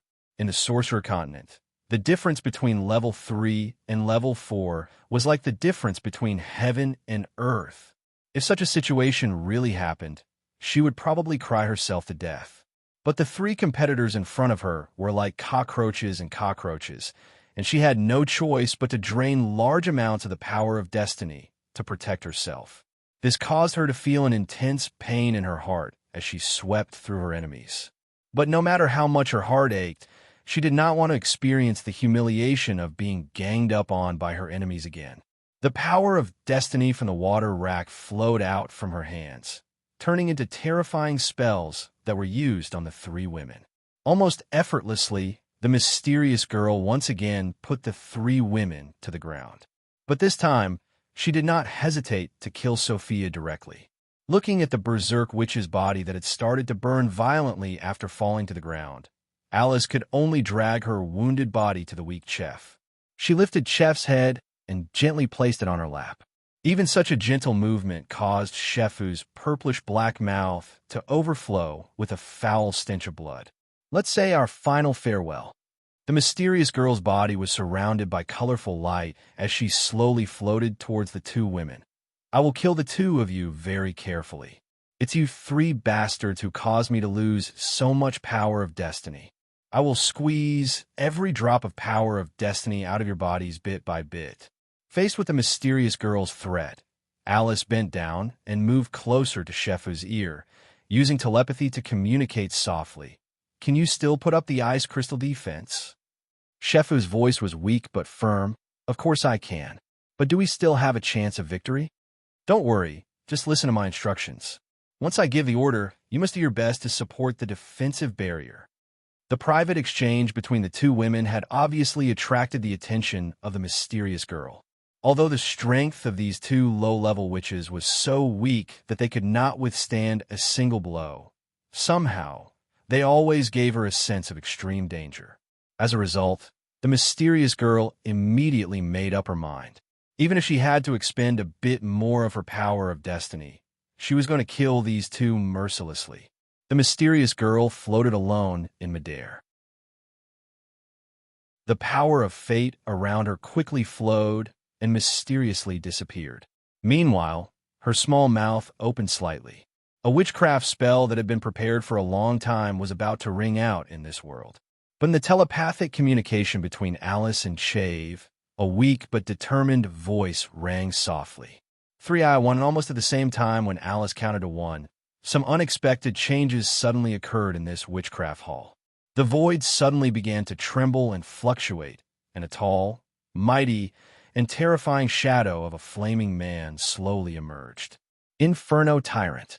It finally got rid of the mysterious girl's banishment and returned from the different dimension. The moment she saw the Inferno Tyrant's enormous body, the mysterious young lady instantly understood that she had been negligent. The Inferno Tyrant was only banished, but not destroyed. When the effects of the banishment spell disappeared, he would naturally return here. But as long as the summoner was destroyed in time, the summoned creature would naturally disappear. This was something that almost every witch who knew witchcraft knowledge was well aware of. But because the mysterious young lady was too confident in herself in the past, she never believed that Alice could still hold on until the moment the Inferno Tyrant returned. So, she did not take this to heart. Thus, at this moment, when she suddenly saw the Inferno Tyrant whose entire body was raging with flame power, her heart suddenly jumped. Not good. This little girl was planning to... The changes in the field did not allow the parties involved to think twice before acting. The Inferno Tyrant had already been ordered by Alice to self-destruct almost at the same time he appeared. Thus, under the mysterious young lady's shocked and furious gaze, a small sun slowly rose behind her. There were no shock waves or airwaves. The entire space was filled with a terrifying red glow that one could not look directly at. And the temperature in the air rose rapidly, very quickly reaching a level that would make one speechless. There were violent fire elements everywhere, and the terrifying heavenly fire ignited everything that could be ignited within one's field of vision. The sky was burning, the earth was burning, and even the empty void was burning intensely. Under the intense flame energy radiation, the surface of the entire witchcraft hall was melting and softening rapidly, and thick black smoke was emitting. Even the magic-resistant stones could not withstand the terrifying radiation of the flames. Those scattered pieces of flesh and broken limbs were quickly charred, carbonized, and disintegrated at a speed visible to the naked eye, until there was no flesh left. Even with the protection of the power of destiny, the mysterious young lady who bore the brunt of the attack still had crimson flames appearing on her fluttering long hair and the corners of her clothes. The air became scalding hot, and a casual breath would ignite one's trachea and alveolus. The terrifying heavenly fire rushed out from the place where the Inferno Tyrant had self-destructed and quickly engulfed all the surrounding places. Of course, It did not let go of the mysterious young lady who was frozen in midair and the chave Alice who was crouching on the ground. A thick ice crystal froze the two of them inside, and as the chave's ice power surged out, it kept getting thicker and firmer. But after a moment, the terrifying radiation of the flames swept over, and the ice crystal kept rolling outwards. The ice crystal even let out a terrifying explosion of ice and fire. Outside the wizard tower, Grimm raised his head in shock. The rest of the witches from the various factions also raised their heads in shock. The Tower of Destiny, which had been calm all this while, suddenly shook violently. Two huge cracks that ran through the entire body of the tower split open, and violent fire elements leaked out of the tower, burning the sky red. The Inferno Tyrant. Grimm muttered something under his breath. Others might not be able to guess what had happened in the tower, but Grimm knew clearly. The Inferno Tyrant had self-destructed. Some trouble beyond the normal scope must have happened in the Tower of Destiny, or else Alice would not have chosen to let the Inferno Tyrant self-destruct. Grimm could not care less about the fact that he had lost his strongest elemental demon puppet. Endless doubts and worries suddenly rose in his heart. The situation must have gone out of control. Inside the Witchcraft Hall, the battlefield, which was already a mess, had now completely turned into a terrifying field of fire. Everything that was not protected by witchcraft had been roasted into semi-liquid, viscous lava by the terrifying high temperature and flames. Only a few spots on the scattered piles of rubble were barely enough for Xue Fu and Alice to curl up on, bitterly enduring the high temperature and the invasion of the flames. If not for the remaining ice crystals beneath them that were continuously emitting traces of coldness, just the high temperature in the air would have been enough to kill them. Just as they were looking around for traces of the mysterious girl, the lava in front of them split to the left and right, and a strange figure that was completely charred black walked towards the two of them with determined steps. Damn it, I knew that this kind of attack would not be able to kill her. Xue Fu angrily propped up her body, still wanting to resist stubbornly. But when the other party announced death, she silently fell to the ground and slowly slid into the pool of lava. Amidst the strange, sizzling sounds of flesh and blood burning and the stench, Alice had just straightened her body when a large, charred black hand tightly grabbed her throat. Alice's figure was short, and she was actually lifted into the air by the other party. Only her limbs were left struggling with all their might. Good. Very good. There's only the two of us left. The char-black figure opened its mouth and spat out a scorching heat wave.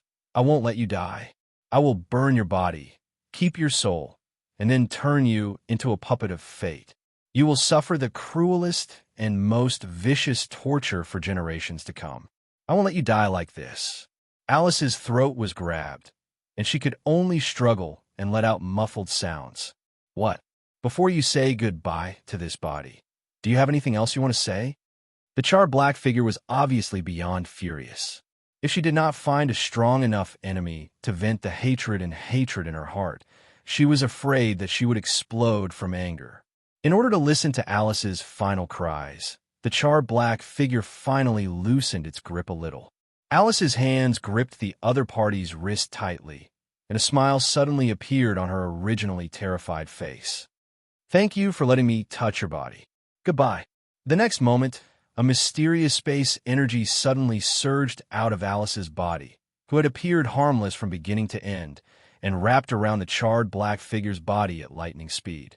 The other party still has the strength to resist? The mysterious young lady, who was neither human nor ghost from the self-destruction, was shocked, and the remaining power of fate in her body quickly turned into an indestructible defense. After the defense barrier appeared, the mysterious young lady immediately felt relieved. This defense was something that the three of them could not break, even if they joined forces. How could this little lass hurt her through the defense barrier? But before this thought could fully surface in her mind, the mysterious young lady's vision blurred, and the scenery around her changed completely. The sky that was burning red, the boundless barren land in front of her, the tall wizard of Fate Tower behind her, and the northern witches who were looking at her in shock from different locations D***M. This is outside the tower. Suddenly understanding, the mysterious young lady immediately let out an ear-piercing scream, turned around, and pounced toward the wizard's pagoda. But it was too late. A powerful will, majestic and ancient, suddenly locked onto her position. In the next second, the power of fate in her body quickly turned into a terrifying flame, wrapping her whole body in it. The power of fate that was usually under her control, as docile as a servant, had now become the culprit that took her life. They instantly turned into the world's most terrifying and ferocious bandits, igniting every inch of her flesh and blood. She turned into a pure energy substance in fear and regret, then slowly floated into the Tower of Fate. All the senior witches and Grimm looked at each other, puzzled by what was happening in front of them. Chapter 377. Within the Wizard Hall, Alice was trembling. She had forcefully gouged out an eye and had endured so many wizard spells. The pressure on her small and weak body had long reached its limit. From afar, Alice looked like a broken doll that had been abandoned by its little owner. There was not a single part of her body that was intact. After waiting for a long time, shivering, Alice finally confirmed that the mysterious young lady would never return. This allowed her heart to finally be at ease. In her mind, the mysterious young lady was an invincible being. She was not someone that a group of low-level witches like them could deal with. Just as Alice was sitting on a pile of rubble in a daze, with her scarred hands around her shoulders, a dazzling light that was far more intense than before floated into the hall along the wizard formation's spiritual energy threads, slowly merging with the ball of light at the core. There was a strange item mixed in the dazzling light. It was not disintegrated by the power of destiny, but stubbornly floated outside the ball of light. It was extremely eye-catching. After a long period of psychological buffering, Alice finally broke free from her deep fear and cowering. She slowly stood up, looking at the giant ball of light in the mysterious wizard formation with an infatuated gaze. The mysterious young lady's consciousness and soul had been completely wiped out by the dimension laws and had been restored to the purest form of energy. The mysterious wizard formation, which had lost control of its consciousness, also opened its arms to Alice, the only victor for the first time. This mysterious wizard formation was closely linked to the entire Tower of Destiny, so this meant that the Tower of Destiny had tacitly acknowledged Alice's identity. Once she entered the wizard formation and absorbed this portion of the power of destiny, Alice would officially become the new Witch of Destiny. And Alice, who had control over the Wizard Tower of Destiny, also gained a preliminary understanding of the entire matter through the information stored in the Wizard Pagoda's core. The reason why there was such a huge mess in the selection of the Witch of Destiny this time was because of the first Witch of Destiny.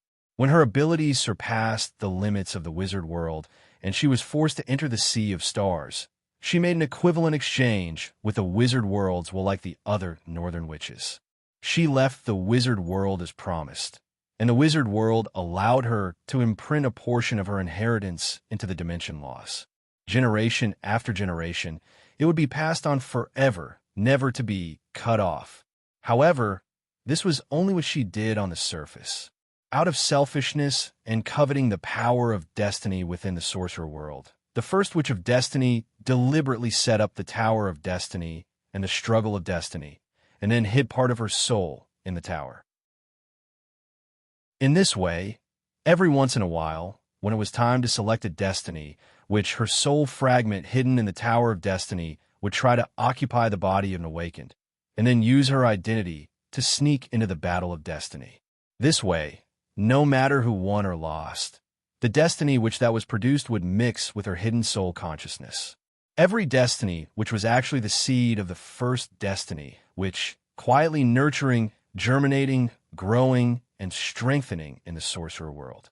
When she finally had the ability to step out of the sorcerer world, the part of consciousness left in the soul of each destiny, which would guide her to fuse with the first destiny witch. Of course, such behavior was not permitted by the world will. However, with the Tower of Fate's dense fate power as a cover, the mechanical and rigid plane of existence's law that operated according to the rules couldn't see through the secrets of the Tower of Fate. That was why the secret of the first destiny, which had been continued for so long. However, just now, Alice used the Inferno Tyrant's self-destruction to blow up a crack in the Tower of Fate, and then used the teleportation power given to her after fusing with the Void Stone to send the mysterious girl out of the tower. This was also equivalent to completely exposing the secrets of the first destiny, which to the Fate law. Therefore, the other party immediately triggered the strongest plane of existence's backlash. After being purified by the plane of existence's law for the first time in history, the destiny, which advancement ceremony without the interference of the former witch's soul consciousness appeared. When Alice finally stood in the light ball condensed by the power of destiny, two mysterious options suddenly appeared in her mind. The first option, infusion of strength, directly absorb the power of destiny in the light ball, and then improve the individual strength. It was estimated that the power in the light ball could directly promote her to a level 3 destiny witch. The second option, increase potential. Give up on using the power of destiny in the light ball to improve strength, but use it to expand talent potential. It was estimated that there would be a comprehensive and huge improvement to the existing potential. Alice was silent. The two options in front of her made her completely immersed in deep thought. She could sense that this was the plain feedback that the world will brought to her after she killed the mysterious girl. Without that premise, she was afraid that there would only be the first option in front of her, and there would never be a second option. From this point of analysis, choosing to increase potential was undoubtedly the wisest move. But if she really did this, it would mean that Alice would become the first person to advance to a destiny, which is a level 1. This would undoubtedly break the current power structure of the Northern Witches, making everything chaotic and blurry. If Alice stepped out of the Tower of Fate as a level 3 or even a level 4 destiny witch, then there was no doubt that there would be a seat for her in the Witch Council, and the territory and resources that belonged to the Destiny Witches in the past would also be taken back untouched. But a level 1 Destiny Witch leader, perhaps what awaited her would be a long and painful process of rising up. So the right path was bound to be accompanied by thorns. In contrast, the first option would bring her more convenience and gains. Although the power of fate had been squandered by the mysterious girl, and she could not reach level 4, a level 3 destiny, which would also have a lot of say within the Northern Witches, and her future days would be much easier. The difference between the two was like heaven and earth. After thinking for a long time, Alice finally took out the Hikila resonating crystal and tried to contact Grimm.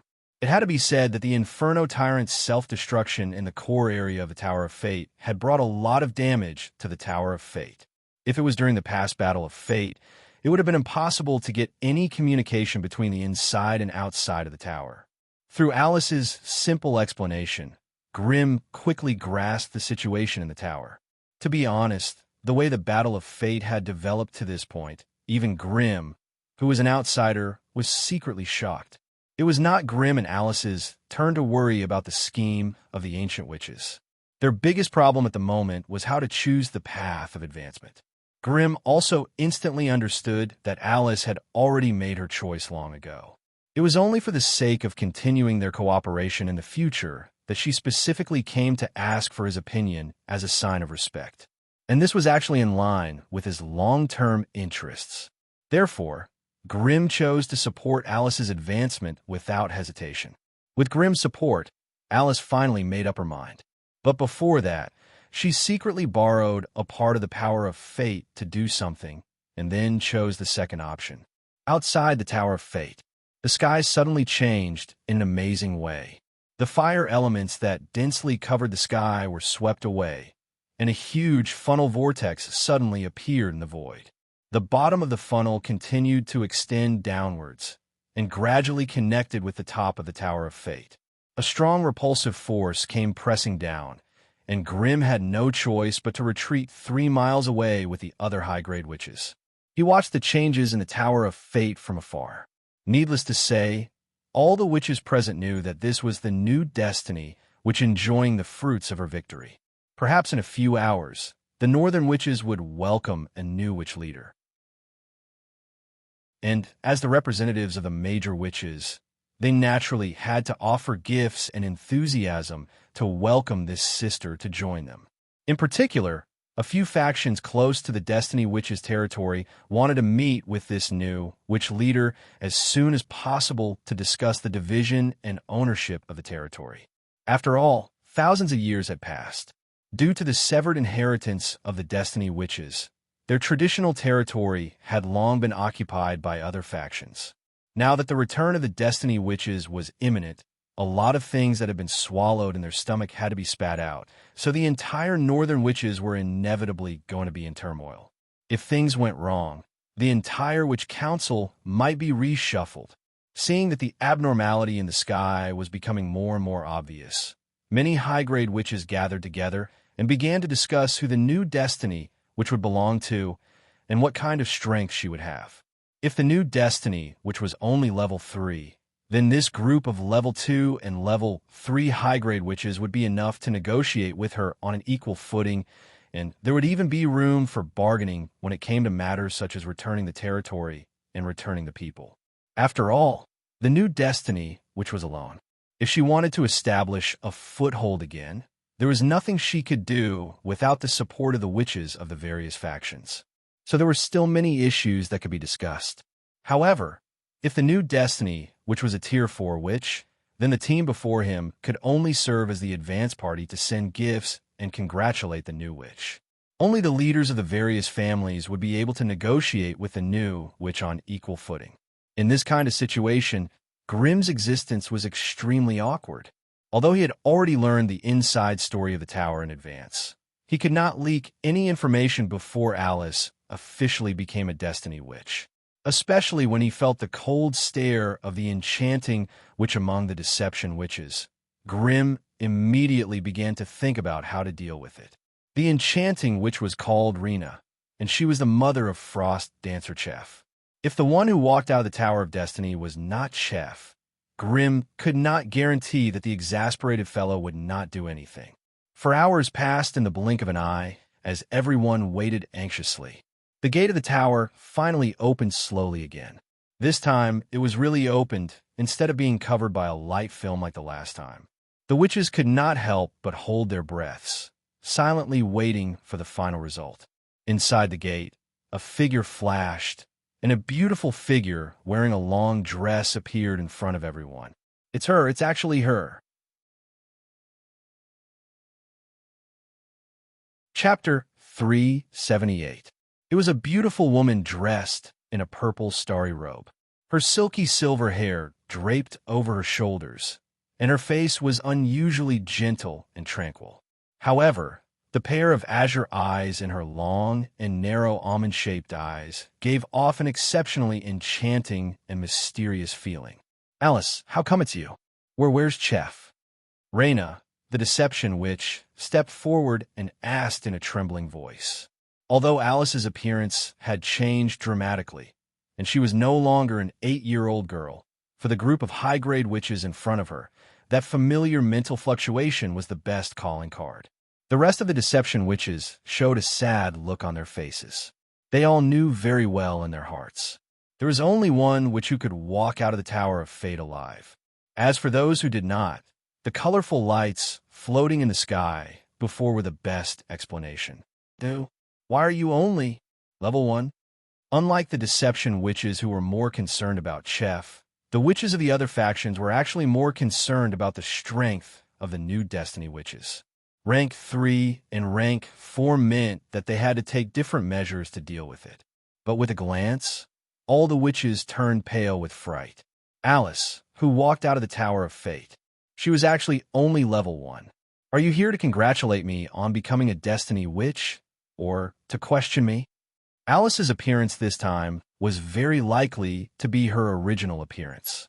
Without the pretense of maturity that she had when she was a little girl, facing these level 2 and level 3 senior witches, not only did she not have the slightest stage fright, but her speech and behavior revealed a trace of the unique arrogance and strength of a superior.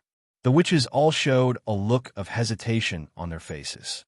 Such a thing had never happened in the history of the Northern Witches. Moreover, the witches of the major factions had always helped each other and almost never interfered with the internal affairs of the witches of the other faction. So seriously speaking, whether Alice was level 1 or level 4 after advancing to a destiny, which was actually an internal matter of the Destiny Witches and had nothing to do with others.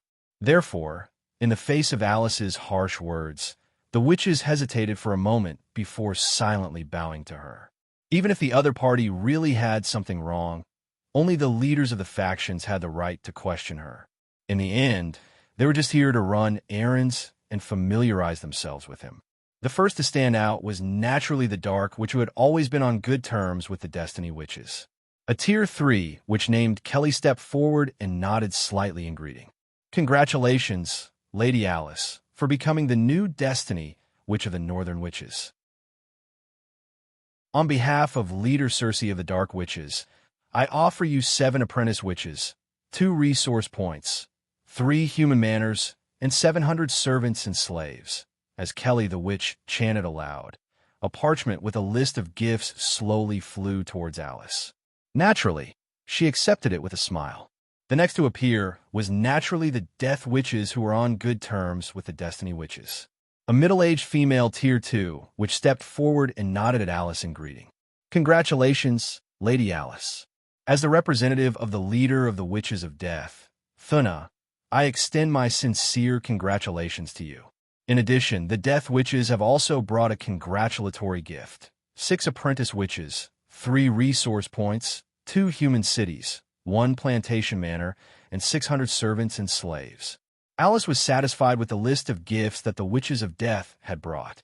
With the 2 major witch factions stepping forward to set the tone, although the other witch factions were somewhat hesitant, they also stepped forward one after another to express their congratulations and present the gift list. Even the Deceit Witches were no exception. However, considering the situation of the leading witch, Rena, they sent another witch to read the gift list in her place. Rena stood in the crowd with a pale face, her emotions extremely unstable. Rena was a Tier 2 witch, while Alice, who had killed her daughter, was only a Tier 1 witch. At this moment, Alice stood before Rena with her head held high, accepting the congratulations of the many witches and gifts. And all of this should have belonged to her daughter, Cheval. "No, I will never admit your identity." Rena, who could not bear any longer, roared angrily, "You murderer who killed my daughter!" Rena's outburst immediately caused the scene to become chaotic. Although Alice was only a Tier 1 witch, she still represented the Witch of Destiny.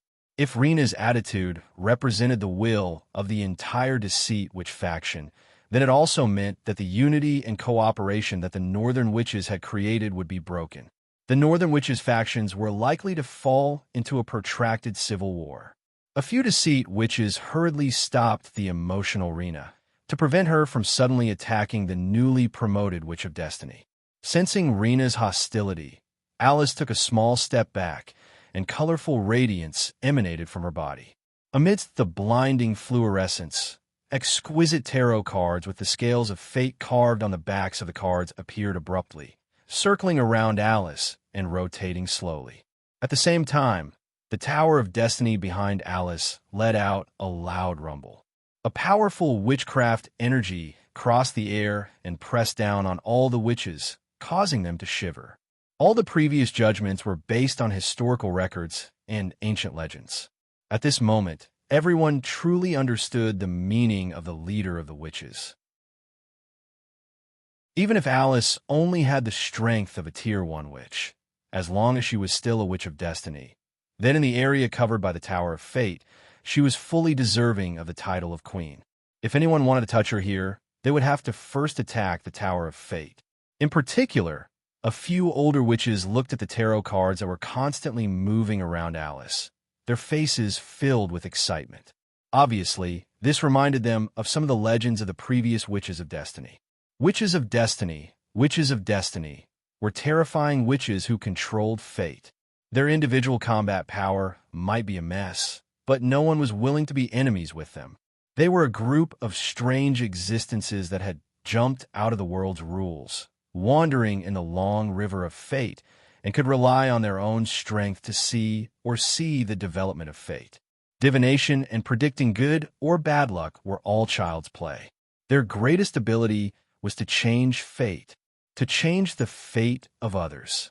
They didn't need to weave or sketch out a new fate for others, but only needed to gently push the note of your fate, pushing you from the safe, smooth, and predictable path of fate to a fork full of dangers and thorns. Therefore, people who offended the witches of destiny would be very unlucky, very unlucky, very unlucky. From then on, good luck would no longer be with you, because every time before good luck came, you would already be secretly pushed to another fork by them, and you would still be ignorant. Their strength might be very weak, but they could pry the direction of the long river of fate outside of your perception. Therefore, when Raina showed malice towards Alice, the power of fate represented by Alice immediately reacted. A kind of fate aura assaulted their faces, causing all the witches present to secretly palpitate. No wonder no one dared to invade the Tower of Fate, even though the inheritance of the witches of destiny had been severed for thousands of years. It turned out that there was such a powerful hidden power inside. All the witches nodded silently, vaguely understanding something. Alice looked at the agitated Raina, who was full of grief and indignation, and suddenly smiled. "Do you still want to see Chave?" Alice casually threw out a photographic crystal. "Why don't you take a look at this first?" Hearing that, Raina's body trembled slightly. She took the crystal and focused on the contents inside. After a moment, she raised her head in surprise and asked, The contents, are all real? You can stay later and verify it yourself." Alice's expression was rather complicated. Then, Alice turned to the witches and said lightly, "The Tower of Fate has just opened, and everything inside needs to be cleaned up urgently. Therefore, I won't be inviting everyone in for a tour. The gifts that the representatives just sent can be delivered slowly, but the promised apprentice witches must be sent over as soon as possible. I'll have to trouble everyone to do so." Hearing Alice's intention to send them off, all the witches looked at each other and turned to leave. A few of the deception witches discussed for a while and left after leaving Raina behind. Soon, only Alice, Rena, Grimm, and Witch of Death were left in the field. Alice couldn't help but look at the Witch of Death, who stayed behind on her own accord, puzzled. "My name is Hila. I'm Sophia's aunt. I know that casually asking about the Battle of Fate is offensive to the new Witch of Fate, but I still want to know where Sophia is. If she's really dead, then I'll give up." Seeing Alice's expression, the Tier 2 Death Witch, whose face was hidden under the shadow of her hood, slowly revealed her intentions. Sophia was indeed related to the Death Witches. Alice and Grimm exchanged glances and nodded silently. "Since both of you want to know the current situation of your loved ones, follow me. Your Excellency Grimm, please come with me." Alice nodded and smiled at the three of them, then turned around and walked through the gate of the Tower of Fate. The three of them entered the tower one after another. Raina was obviously in a hurry, so she took the lead. The Witch of Death walked in the middle of the group with a strange-looking magic staff in her hand. Grimm was the weakest, so he could only rub his nose and silently walk at the back. The moment they entered the tower, they felt a strong sense of vicissitudes. A thick layer of dust covered the ground, stone pillars, bookshelves, and walls. Everywhere they went, they could see collapsed bookshelves and wooden boxes. Large amounts of enchanted vines grew in a disorderly manner, turning the Witchcraft Hall on the first floor into a sinister botanical garden.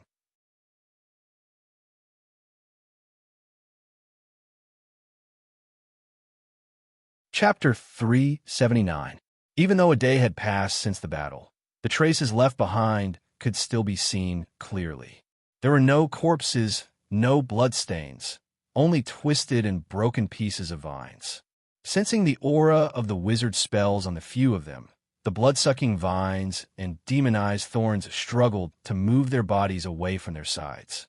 The activity area of the apprentices at the bottom level was undoubtedly the first battlefield of the battle for fate.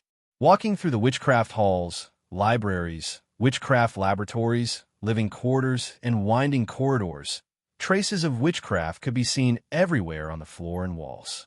Not a single secret room door was intact, and there was not a single area that the awakened witches had not set foot in. Along the way, they also saw the remains of some broken guards and armor, scattered on the ground like garbage, torn apart by someone. The surface of these activated metal armors was dull, and the exposed mechanical joints were also covered in rust, corroded beyond recognition. Due to the lack of maintenance and repair, their battle capabilities had decreased greatly. It was no wonder that they were easily defeated by a group of apprentice witches. Passing through the pitch-black corridors and tunnels, bypassing the messy battlefields, and walking in the eerie darkness for a long time, they finally left the living and learning area of the apprentices and arrived at the middle level of the Wizard's Pagoda. It had to be said that the situation here was worse than the lower level. Even though the signs of a great battle were obvious in the lower level, most of the wizard facilities and buildings were still intact. As for this place, there were ruins and piles of rubble everywhere. It was already difficult to distinguish the original functions of the buildings. A very dilapidated wizard tower. How much defensive power could this wizard's pagoda still have left? Could this wizard's pagoda still be used without a large-scale repair and resetting of the wizard spell system? Seeing the scene before them, the few visitors could not help but have all sorts of questions in their hearts. But these questions that involve the secrets of the wizard's pagoda should be buried in their hearts. No one would be stupid enough to ask them directly. Under Alice's lead, the group did not continue to advance upwards, but instead made their way through the piles of rubble. After a few turns, they finally arrived at the remnants of a secret stone room. There were 2 stone platforms placed side by side in the stone room, and 2 naked women were lying on the stone platforms. Apart from that, there was nothing else in the room. On the stone platform on the left lay an exceptionally beautiful young witch. Her skin was soft and white, and her figure was curvaceous. Her breasts weren't big, but they were firm. Just by lying there quietly, it gave people a feeling that it was crystal clear, as if they were admiring a strange beauty of a work of art. On the stone platform on the right was a strong and muscular woman who was not inferior to a man. The reason why he said she was a woman was because of her overly iconic feminine features. If it weren't for them, Grimm would definitely treat her as a man. Strong and bulging muscles like iron ingots, thick veins that stretched like green snakes, and thick and powerful arms and thighs. Grimm swallowed a mouthful of saliva with difficulty. Although he thought that his body was already strong enough, he still felt a sense of inferiority when facing the tough woman in front of him. The 2 witches were Chave and Sophia, who were chosen by fate together with Alice. They lay on the stone platform like dead people, not moving at all. There was no sign of life in their bodies at all. Above their foreheads floated an egg-sized ball of light. Within it, one could vaguely see the souls of Chave and Sophia. Chave! Rena took a step forward and let out a pained sigh. Although she was usually a utilitarian, she still had a trace of true feelings for her biological daughter. Thus, when she saw Chave, whose body and soul had been separated, it was obvious how agitated she was. Sophia's Aunt Gila also took a step forward, and a translucent girl in a red dress floated out of her body. The girl floated near Sophia's body and the ball of light like a ghost, and after checking carefully, she returned to Witchhila's body. Witchhila seemed to be communicating with her eyes for a moment, and finally sighed.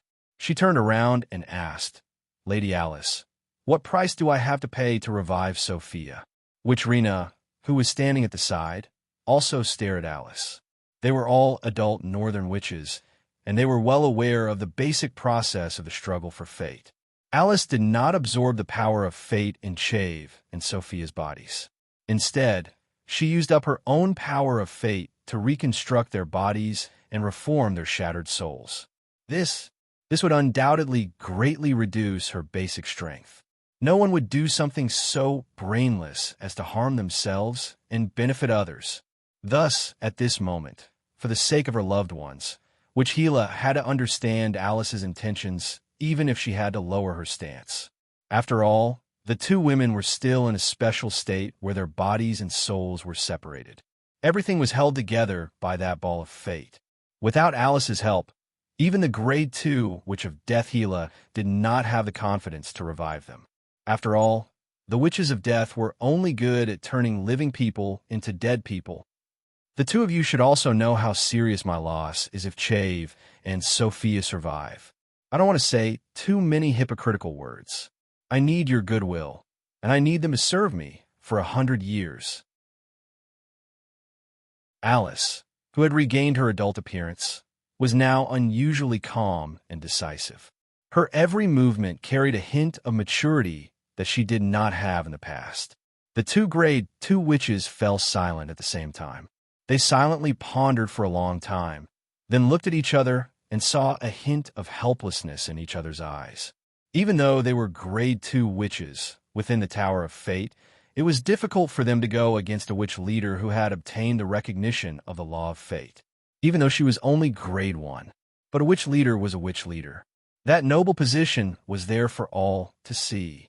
If they were to fight, with the support of the power of fate and the protection of the Tower of Fate, the two of them would not have an obvious advantage. This might be the main reason why Alice dared to let them in. Every witch faction had their own wizard tower. Other than the basic functions of the wizard's tower, it also had special effects that other wizards' towers could not replace. Here, the talents of the witch faction could be amplified to the greatest extent. It was also the most important land of inheritance for each faction, and the Tower of Fate was undoubtedly Alice's home ground.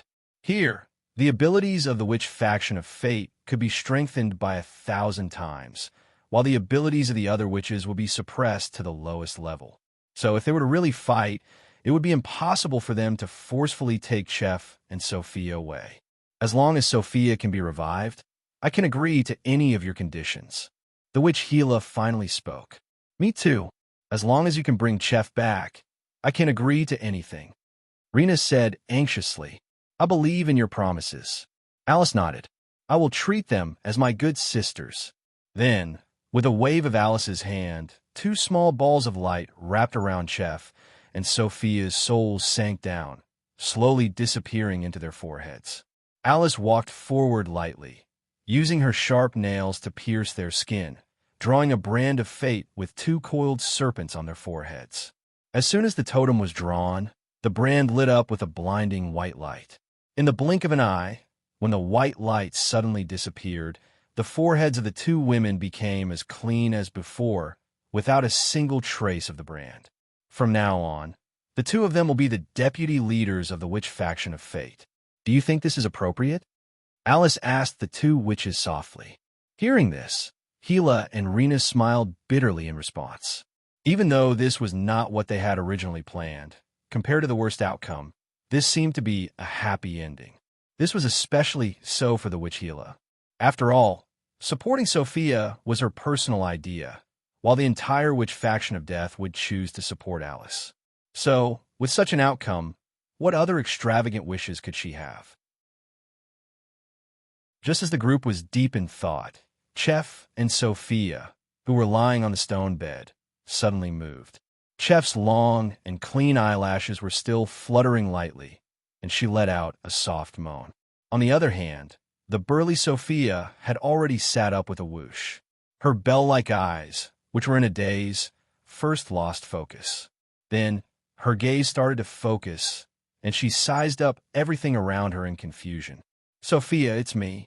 The witch Gila took a step forward, revealing herself in front of Sophia, and took off her hood. Grim immediately felt a trace of fear and shuddered. What a terrifying face it was. If one ignored the fine stitches that were as dense as a centipede's legs, as well as the cracks on the face, it could still be considered a beautiful lady's face. Unfortunately, the crisscrossing scratches and the densely packed stitches that were like black centipedes destroyed the beauty of the face to the point where it was impossible to look at it directly. For the first time, Grimm hated his overly sensitive vision. In his mind, the AI Chip's precise vision had perfectly magnified every detail and every trace of terror on the horrifying face of the witch Gila by 1,000 times. Grim could even see the worms and strange creatures wriggling under the skin through the gaps of the scratches. If not for his powerful mental force suppressing the agitation in his stomach in time, Grim would have made a fool of himself in front of everyone and vomited. "Aunt Gila, why is it you? Didn't I die?" Sophia jumped off the stone platform with a thud, her heavy body causing the secret room to tremble slightly.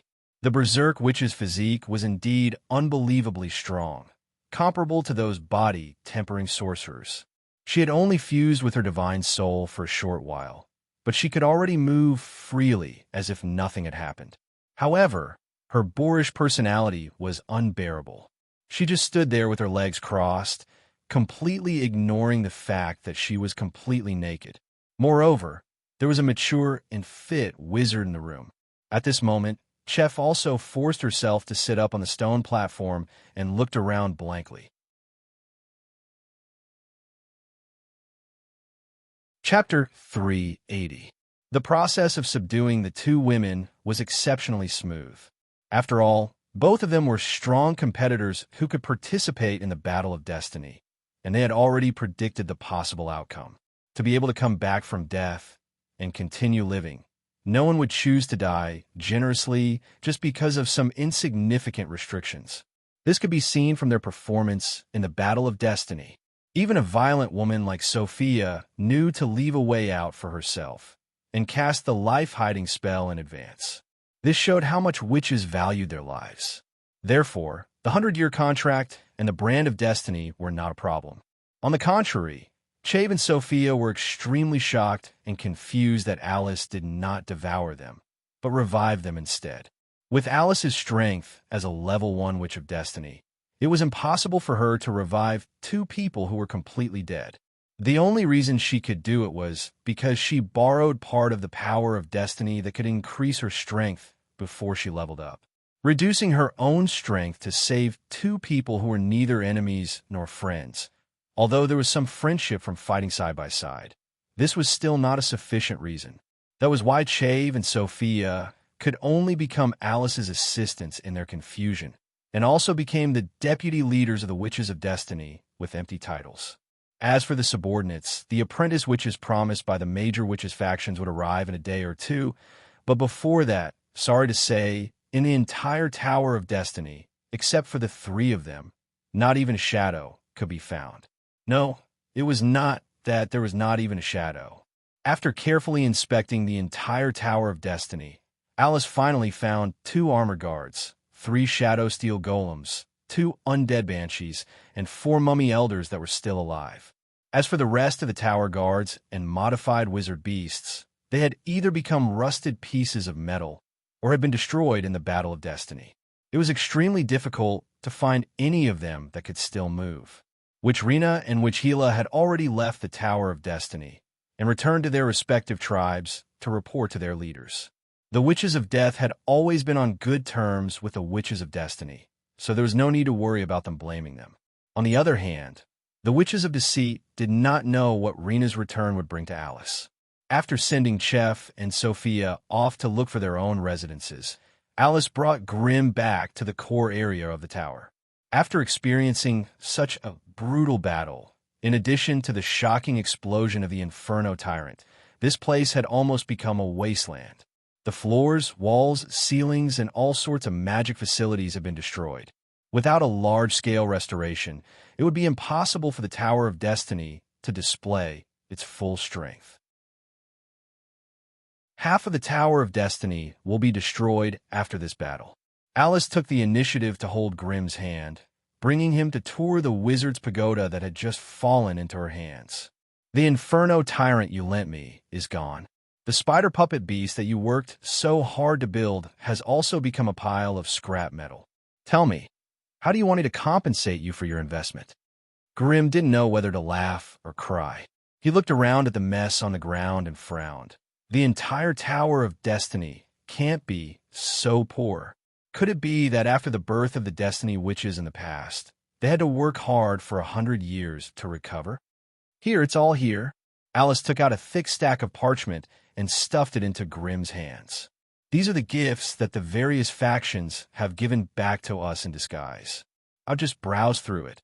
And it's about 1/8 of all the territories and properties of the Destiny Witches in the past. This is also the sweetness that they've given us. They didn't give us any of it. If we want to take back those properties in the future, we'll have to rely on our strengthened fists. Didn't they say that the Northern Witches have always been very united and friendly? Grimm looked through the gift list one by one, his frown deepening. Why are they playing these love-hate games? Alice snorted coldly. Don't forget, the legacy of the Destiny Witches has been cut off for more than 1,700 years. After such a long time, all the friendships that have accumulated in the past have long disappeared. Do you think that the Witches of Death will spit out the resources that they've swallowed because of this?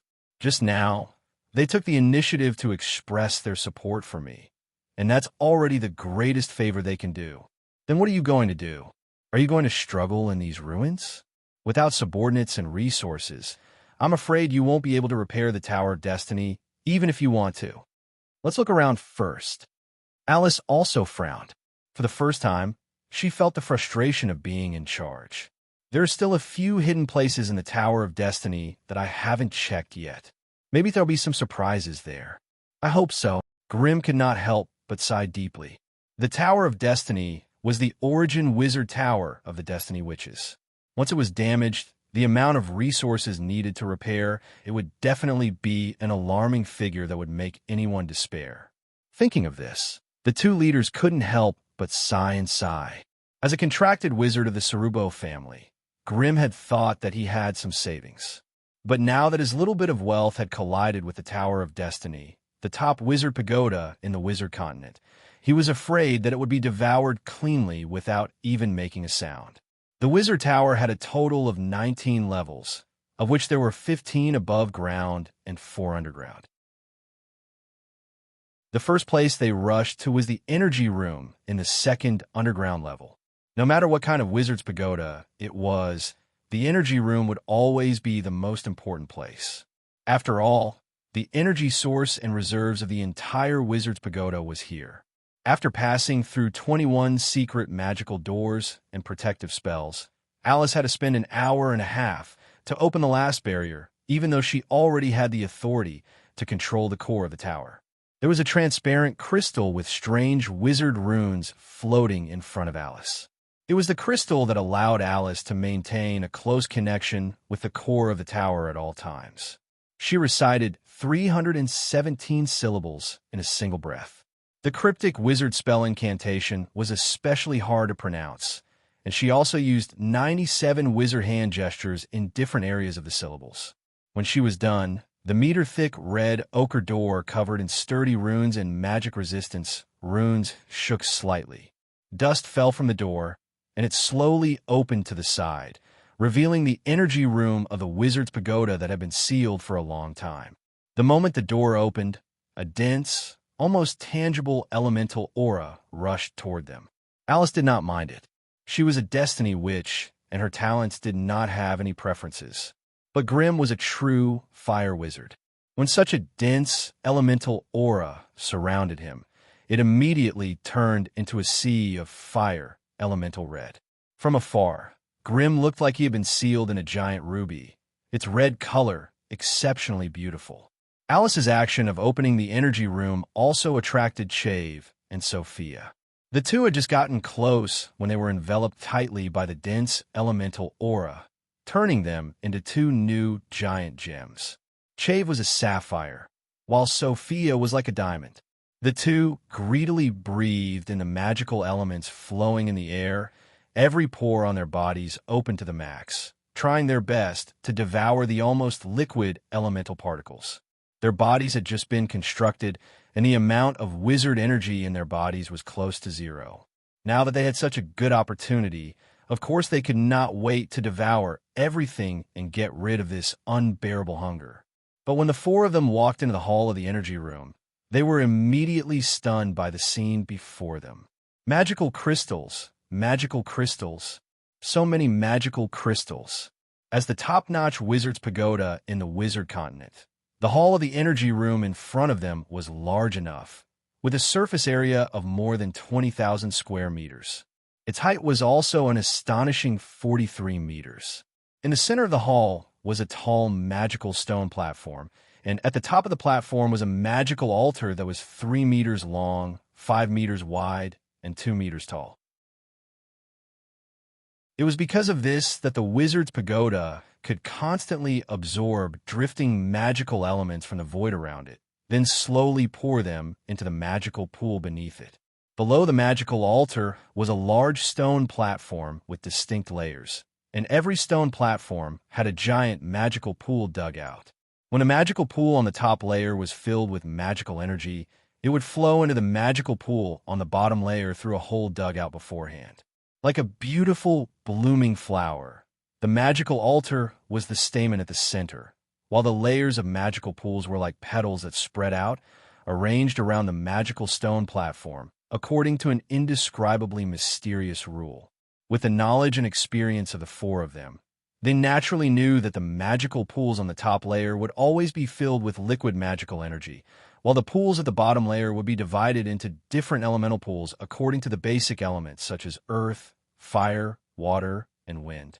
If the owner of this wizard's pagoda was a fire wizard, then the number of fire elemental pools in the elemental pools would be far greater than the other elements.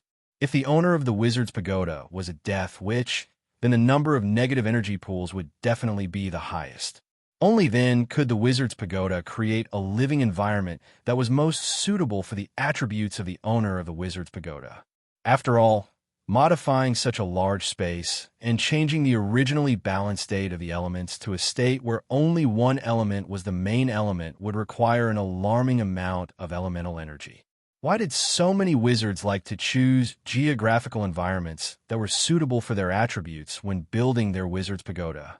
Fire wizards liked to build their wizard pagoda in volcanic regions, while ice wizards liked to build their wizard pagoda in the cold, frozen wastelands. This was to reduce the amount of elemental energy required to modify the space. And by saving this energy, it could be turned into visible economic benefits, magical crystals. Thus, when Alice and the other three walked into the hall, the first thing they saw was a small mountain of magical crystals. Chapter 381. How would you react when a mountain-sized mana crystal wafer appeared in front of you? At the very least, Grimm was tongue-tied and dumbfounded. He didn't know what to say to express what he was feeling at the moment. It looked like a huge cactus that was growing in a disorderly manner. Huge mana crystal wafers were growing out of the mana pool. The crystal wafers were translucent and radiating dazzling light as they spread in all directions. It could be said that most of the space in the energy room was occupied by these magical crystal clusters. As far as the eye could see, there were crystal clusters everywhere, dazzling mana rainbows, and cheerful magic elves everywhere. Magic elves were not natural creatures, nor were they natural monsters. Instead, they were elemental spirits that spontaneously formed when the concentration of magical elements reached a certain level. They looked no different from ordinary elemental fairies, but they were much more advanced than elemental fairies. If elemental fairies were compared to the numerous wild beasts in the natural world, then magic elves would be powerful monsters that were like kings. Although they were few in number, their spiritual origins had been improved qualitatively. When the four of them entered the hall, they saw 6 or 7 magic elves that could be seen with the naked eye. Just as the four of them were intoxicated by the majesty of the magical crystal mountain, a slightly larger magic elf flapped its wings and flew in front of them. "You outsiders, why are you trespassing on our homeland? Get out of here, or we'll attack you." The one who spoke was a beautiful magic elf. She was only the size of a palm and had a slender body, just like a miniature elf. She had a pair of transparent wings that were as thin as cicadas' wings, and she was waving a small magic wand that looked like a matchstick in her hand. Wherever she passed, the spots of mana that were emitted from her body lingered for a long time, outlining a bright path of starlight in the air. Following the threat of the leading magic elf, The other magic elves also surrounded them, flapping their wings and waving their magic wands at Alice and the others. "Big guy, get out of our homeland. Get out of here, or I'll turn you into fragrant pigs. No, it's better to turn them into mini snakes." These magic elves were clearly super talkative. Once they gathered around Linley, they didn't even manage to threaten him before they started quarreling among themselves. Seeing them waving their little fists and trying their best to threaten him, Grim could not help but sigh in his heart. He began to communicate with the AI chip. AI chip, can you scan the basic model of this creature? Beep. Mission established. Beginning scanning. Beep, beep, beep. Warning, there's an unknown force field outside the target's body. Normal detection light cannot penetrate it. Recommended to use elemental analysis to detect light waves. However, this method is active detection, so there's a certain chance of being detected by the target. Can't we infer their race from their appearance and movement characteristics? Beep. I can't find this type of creature in the database of 1,397,941 creatures. Initial suspicion is that it's a legendary creature.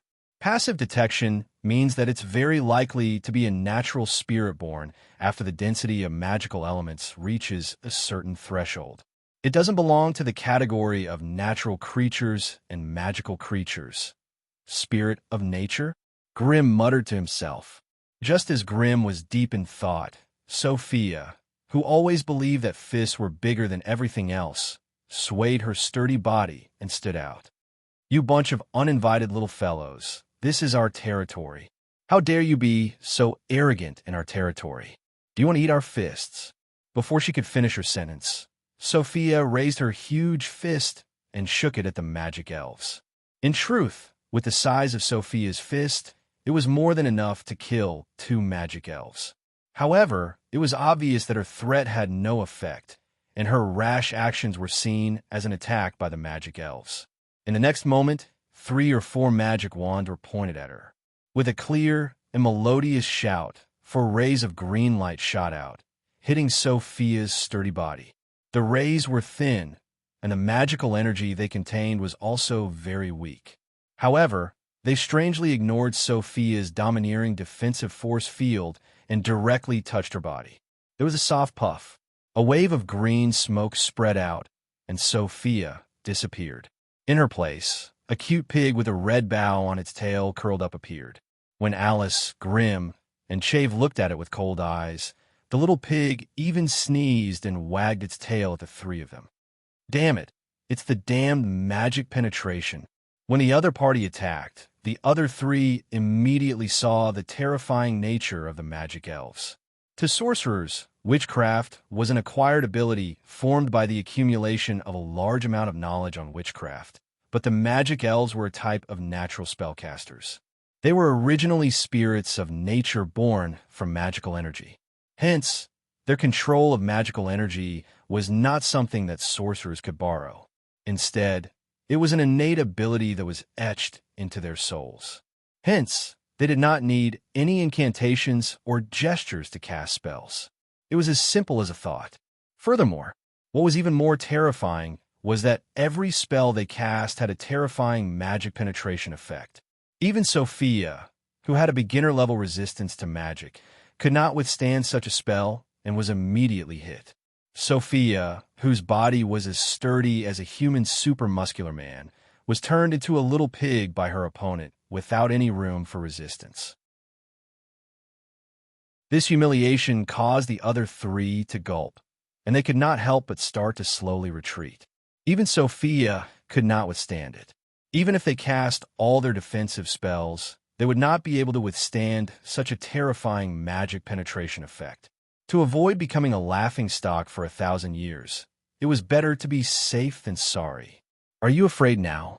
A magic elf flapped her wings proudly and flew up and down, dancing excitedly. "It's me. It's me. My spell succeeded." The other 3 magic elves immediately became dejected, and even their wings drooped.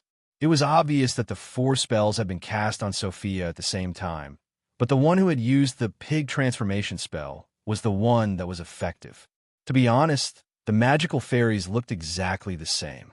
They flew around together, and even Grimm could not tell which one was which just by looking at them.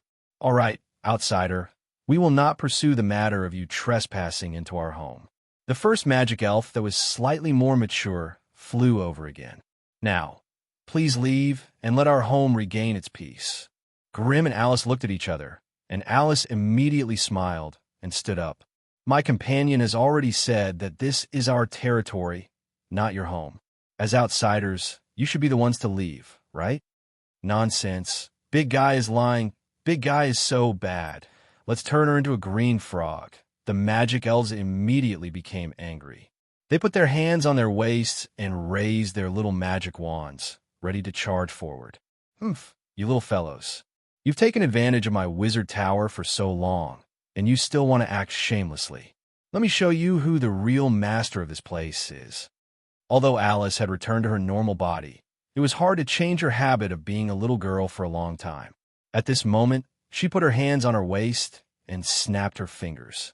A rune quickly flashed on the control crystal of the wizard's pagoda floating in front of her, and a special ripple suddenly came from the depths of the magic crystal cluster in the distance.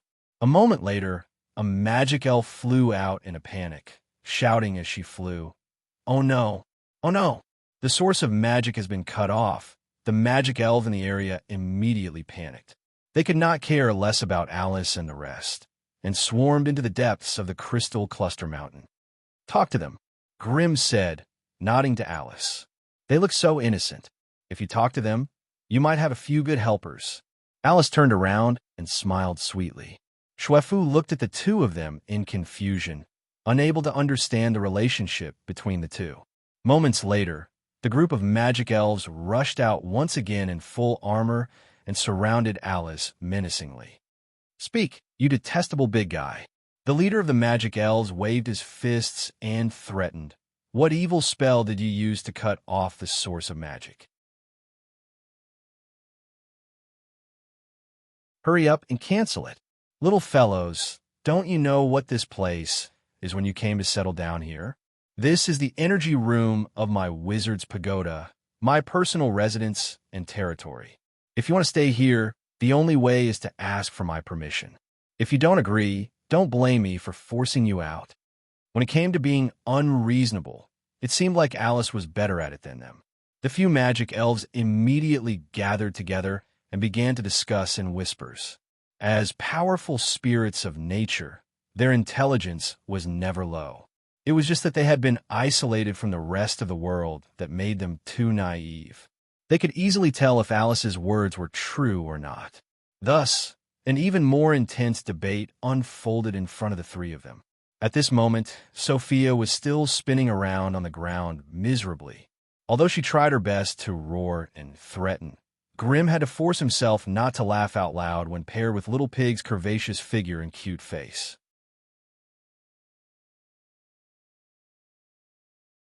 Chapter 382. In a negotiation like this, the magical elves were clearly in a weaker position. They had no choice. Magical energy was only a means for the wizards to maintain the wizard's pagoda's normal operations. Even if the magical altar was shut down and the wizard's pagoda fell silent, the wizards would not be harmed. But the magical elves had no choice. They were spirits of nature born in a high concentration of magical energy. To them, magical energy was like air to humans. They could never live without it. In fact, if the magical energy in the energy chamber was too low, it would affect them greatly. An ordinary energy chamber of the wizard's pagoda would naturally not give birth to magical elves.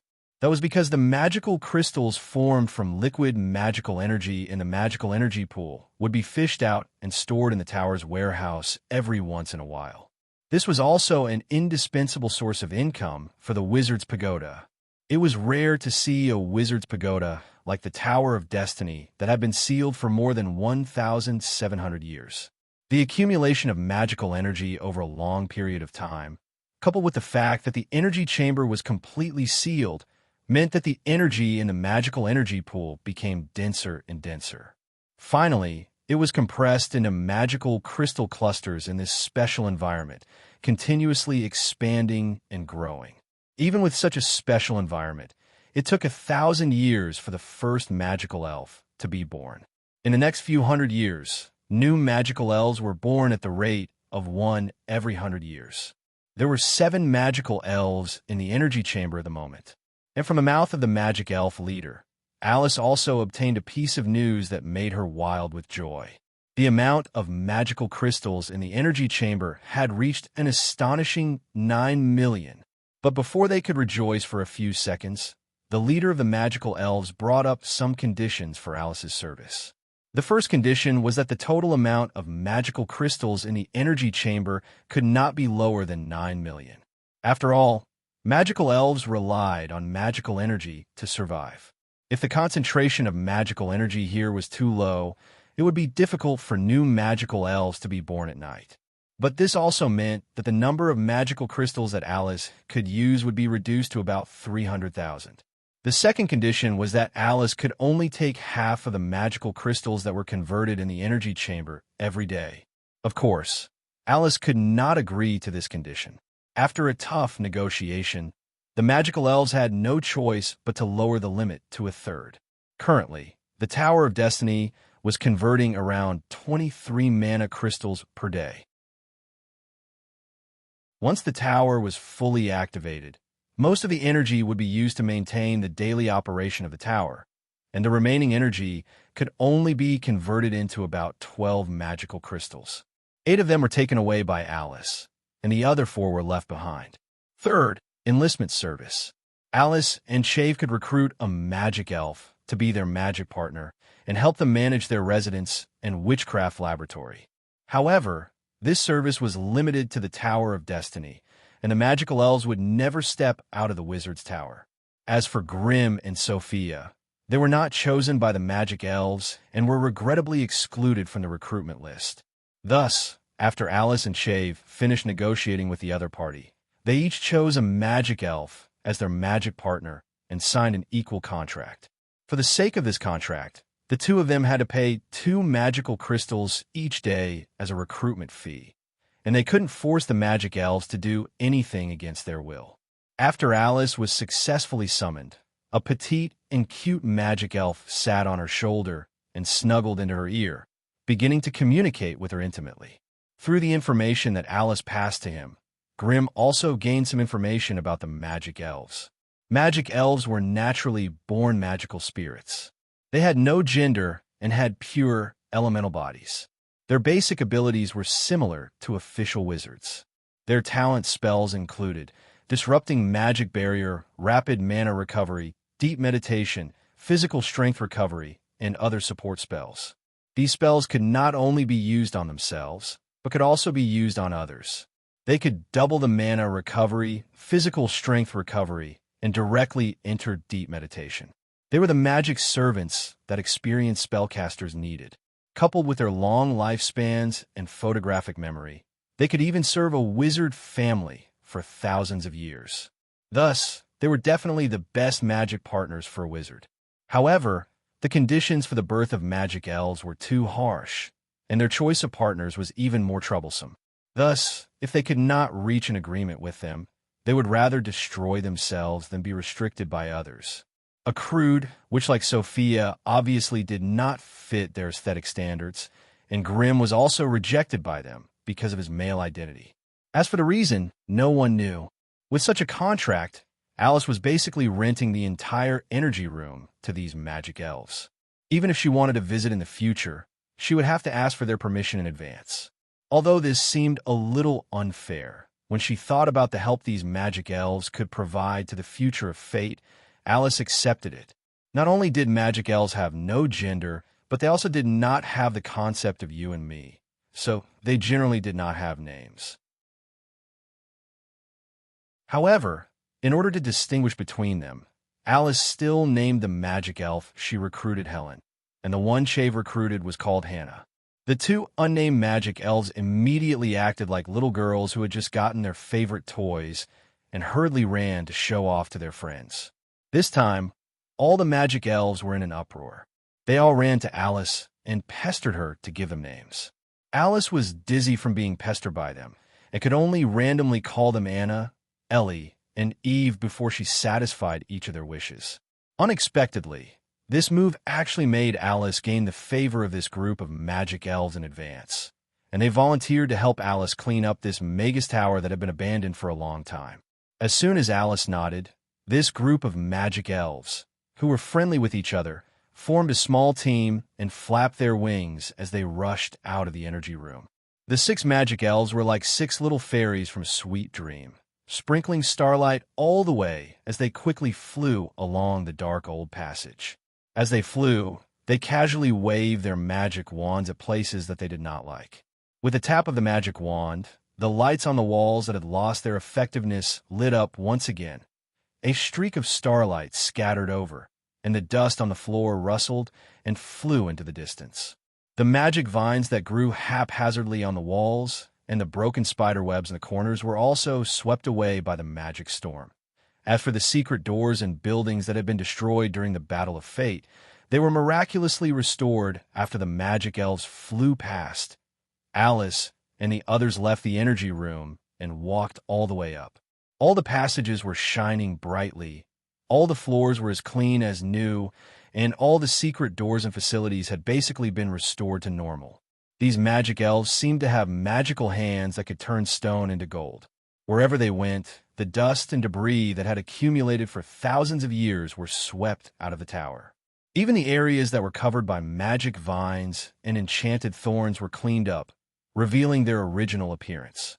Under the control of their magical means, the rotten and collapsed wooden shelves and bookcases in the library were restored to their original state. Books, scrolls, drawings, and secret books covered in dust also flew back to their original positions. Almost in an instant, a library that was open to apprentice witches was restored. After cleaning up the place, the magic elves quickly flew out again and directly flew to the witchcraft laboratory. Looking at their diligent figures from afar, Alice and the others could not help but be speechless. There were specializations in every field. No wonder magic elves were known as the world's best magic housekeepers and magic companions. This could be seen without a doubt from this point. Even though it would be difficult to use the 9 million magic crystals in order to get them, the 4 of them still felt that it was worth it.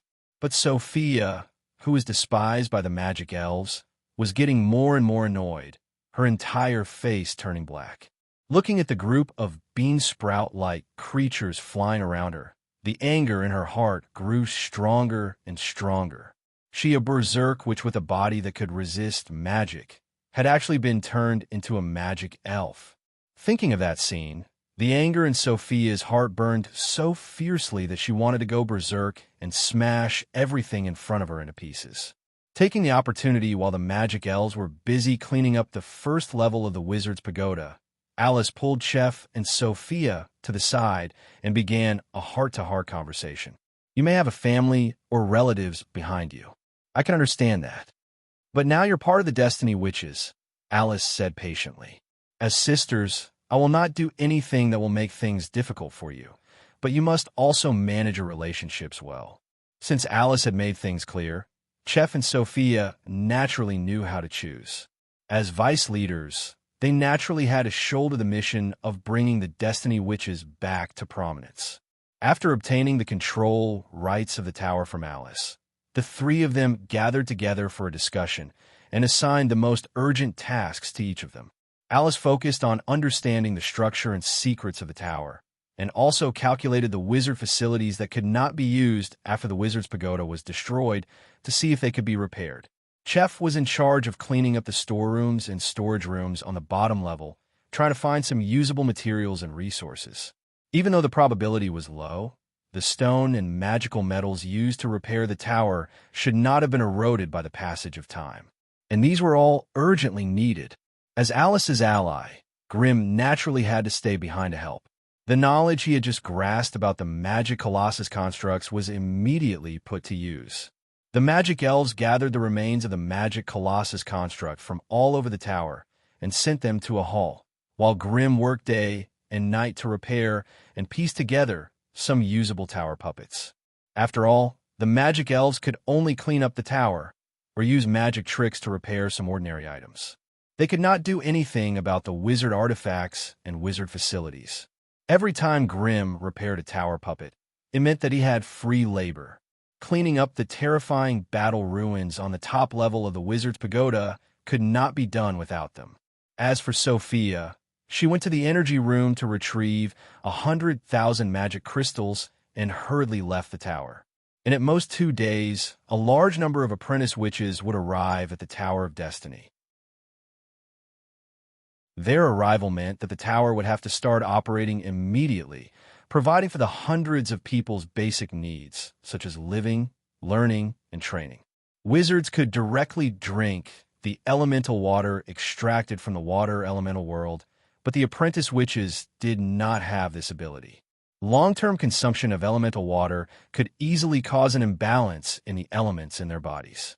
Thus, be it food, water, wizard ingredients, or other resources, the Tower of Destiny needed a large replenishment.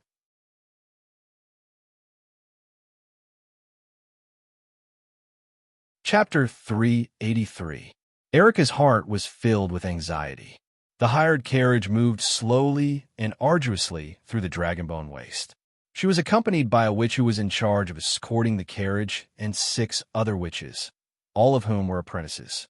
Around the dozen or so carriages, there were 30 or 40 black-armored guards scattered around. They were sent by her family to escort them to the Tower of Destiny. Erica became even more depressed when she thought about leaving her familiar surroundings and her sisters who had accompanied her all day long to enter the Tower of Destiny, which was comparable to a desert. She was born in the small town of Mostow in the Malene district, which was the territory of the Dark Witches. Ever since she was detected as a witch when she was young, she was sent to the Tower of Dark Witches by her family to learn about witchcraft. After 12 years of hard work, she finally became an apprentice with the strength of an intermediate apprentice. With this speed of improvement, it would be difficult for her to advance to become a witch. This kind of talent was obviously too low among the apprentices. Otherwise, she would not have been chosen to be sent to the Witches of Destiny. She had secretly cried 3 times because of this matter, and every time, it was Freya who came to comfort her. Freya was a beautiful and kind girl. Although she was only 15 years old, she was already a senior apprentice. As long as she could improve her mental strength to 20 points, she would be able to become a glorious apprentice witch. When that time came, the family would definitely do their best to train her. Erica could not understand this at all. If she was abandoned by the Dark Witches because of her stupidity, how could a witch apprentice like Freya, who had the potential to advance, be added to the dispatch list? Just as Erica's mind was in a mess, there was a commotion outside the carriage. Wind wolf? It's a wind wolf. A clamor of shouts was heard, accompanied by a long and mournful howl of a wolf. Damn it, there are monsters attacking again. Ever since they passed through the territory of the Witches of Death and entered the periphery of the Dragonbone Waste, such attacks never stopped. There were too many terrifying monsters roaming the Dragonbone Waste, and each of them was ferocious and violent. It was impossible for a large target like the carriage to escape their pursuit and attack. Along the way, monsters such as carrion eaters, earth trolls, grave diggers, gray pouch beasts, iron-armored rhinoceroses, aura stealers, and thorn-tailed lions appeared. If it wasn't for the Dark Witch following them, they would have lost even more people. Every time Erica saw the Dark Witch hovering in the air and tossing black halos into the swarm of magical beasts, forcing them to flee in panic with shadow witchcraft, she could not help but want to cry in envy. After studying in the Dark Witch Tower for so long, she also wanted to become a real Dark Witch. That way, she would be able to possess the enviable body of Shadow and master a bunch of Shadow Wizard spells. More importantly, she would be able to leave her soul imprint in the Wizard's Pagoda's spiritual energy pool. In this way, if she was accidentally killed in a battle, she would only need to consume some resources to be resurrected from the pool of spiritual energy. This was also the main reason why most Dark Witches had such a fierce fighting style. However, not all the wizards in the family could become Dark Witches. It seemed that they had to go through a baptism of darkness. It was said that the training wizards would be sent to a secondary dimension called the Dark Kingdom, where they would have to kill a certain number of people to obtain the baptism of darkness within the family. Before this, these were the future plans that Erica had been looking forward to. But now that she had stepped onto the path to the Tower of Destiny, these dreams and ambitions of the past had disappeared, turning into a beautiful bubble. Just as Erica was silently grieving, the howls of the wolves in the distance became even more shrill. From the sound of it, it seemed that the carriages were not far away. All apprentices, get out of the carriages and prepare to help the guards at the periphery fend off the wind wolves. Hurry, move faster. Seeing that the line of defense at the periphery was about to collapse, the Dark Witch finally spoke. Following a series of intense fighting sounds, the 32 black-armored guards supported each other and retreated, forming a new formation near the caravan. Behind them, their 4 companions were being torn apart and surrounded by a pack of wind wolves. Wind wolves were magical creatures that lived in packs. Individually, they only had the strength of a beginner acolyte. They only had one spell, which was to summon some wind particles to surround their bodies, making their movements more nimble and agile. It was similar to the wind elemental spell, the wind walking spell. However, once there were more than 100 wolves in the pack, there would be elite wind wolves that had mastered the wind blade spell. This was a long-range spell that normal people could not defend against. The reason why the black armor guards were unable to defend against the wind wolves at the periphery was because there were 3 powerful fellows that could spit out wind blades. Every time a group of green transparent wind blades shot out, they would shatter the shields and cut open the bodies of the black armor guards. With the 3 of them in charge of opening the path, the black armored guards' attempts to block the wind wolves with their shields and armor were destined to fail. The black armored guards retreated to the carriages and formed a simple battle formation, protecting the witches and acolytes behind them. Before the wind wolves could reach them, the acolytes started chanting spells. A few plant-type acolytes even threw thorn seeds to the periphery. Soon, more than 130 wind wolves rushed over as if they were flying, raising their necks and letting out long howls of varying lengths. The first thing they came into contact with was naturally the rapidly growing thorn seeds. Under the urging of the witches, the demonized thorn seeds pulled out their tender roots and inserted them into the soil beneath them. Then, their bodies started to swell and split. A thick thorny vine split into 4 to 5 smaller vines that were densely covered in purple-black thorns and barbs that looked like wolf fangs. The rapidly demonized bramble thorn was like a living creature, brandishing a dozen or so thorny vines. Every time it wrapped around or whipped the wind wolf, a mouth filled with tiny teeth would split open at the end of the vines, drilling into the wind wolf's body like needles. Once they successfully pierced into the wind wolf's body, the finger-thin vines would rapidly swell up. What followed was a gurgling sound that made one's teeth ache and legs go weak. Almost in an instant, the 7 or 8 wind wolves that were charging at the front became the magic thorn's prey. They struggled frantically while using their fangs and claws to tear at the vines. These acolyte-level demonized thorns were obviously not made from iron thread vines, so they were slightly weaker. While they attacked the wind wolves in a frenzy, the vines that the demonized thorns extended were continuously torn apart. The strong acid solution and undigested flesh and blood splattered everywhere. Although the demonized thorns resisted with all their might, their numbers and quality were obviously not enough to fight against the wind wolves. Soon, the pack of wind wolves broke through this thin line of defense and approached the wall of swords and shields formed by the black armor guards. Taking advantage of the short period of time when the wolves were pinned down, the 7 acolytes' first round of spells had already exploded in front of the pack of wolves. Acid Splash, Acid Marsh, Witchcraft Fireball, Sonic Hunt. Erica, who was standing at the edge of the group, also contributed a Shadow Killer. This was a low-level shadow spell that could summon a humanoid killer from the shadows around the enemy, dealing 8 points of shadow damage to the surrounding creatures. As long as its shadow core was not destroyed, it could continue for a maximum of 380 seconds. This was also the only group spell that Erica had mastered. On the other hand, Freya had cast a soundwave kill. She stuffed a large handful of shrieking grass in her mouth, then wrapped her hands around her mouth like a trumpet, releasing a terrifying shockwave. All the wind wolves that were within the cone of Freya's front fell to the ground with a mournful howl, losing control of their bodies. The black armor guards in front of Freya took the opportunity to slash down with their swords, killing the wind wolves that had lost their resistance. The 3 wind dagger demon wolves had just approached the group when they were caught by the dark witch, who had her eyes closed and was meditating. She didn't even shout or make any movements. She just stretched out her hand and grabbed at the demon wolves through the air.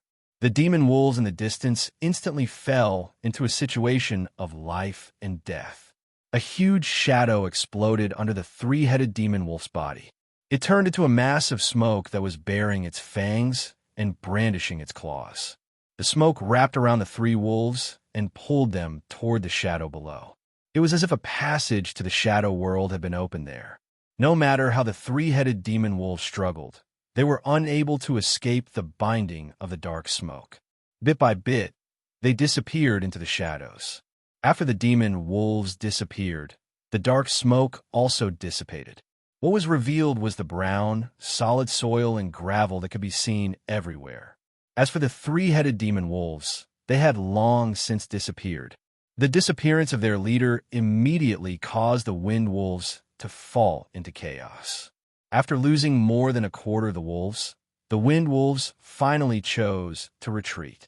In this battle, another 7 black armor guards had died, and the rest were all injured. Fortunately, the witch acolytes were unharmed. This result made the leading dark witch secretly heave a sigh of relief.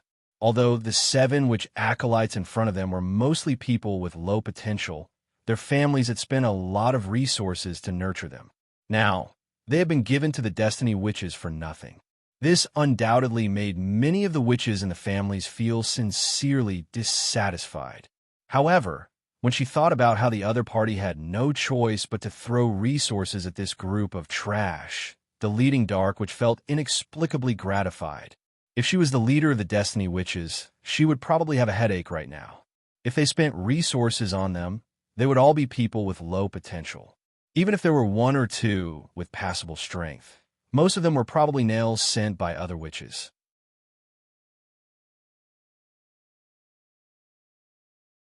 Chapter 384. By the time the carriages reached the Tower of Destiny, it was already dusk. The lonely Dragonbone wasteland was littered with boulders, weeds, and broken bones. The Tower of Fate stood alone in the middle of the wasteland amidst the sorrowful cries of monsters. Under the command of the Dark Witch, all the apprentices alighted from their carriages and lined up in front of the tower's gate, waiting for the master of the tower to receive them. Erica was no doubt one of the uneasy crowd. Erica's body could not help but tremble at the thought that she would have to spend the rest of her days in such a desolate tower, with only those crazy monsters outside and the partners with ulterior motives beside her keeping her company. Don't worry, everything will get better.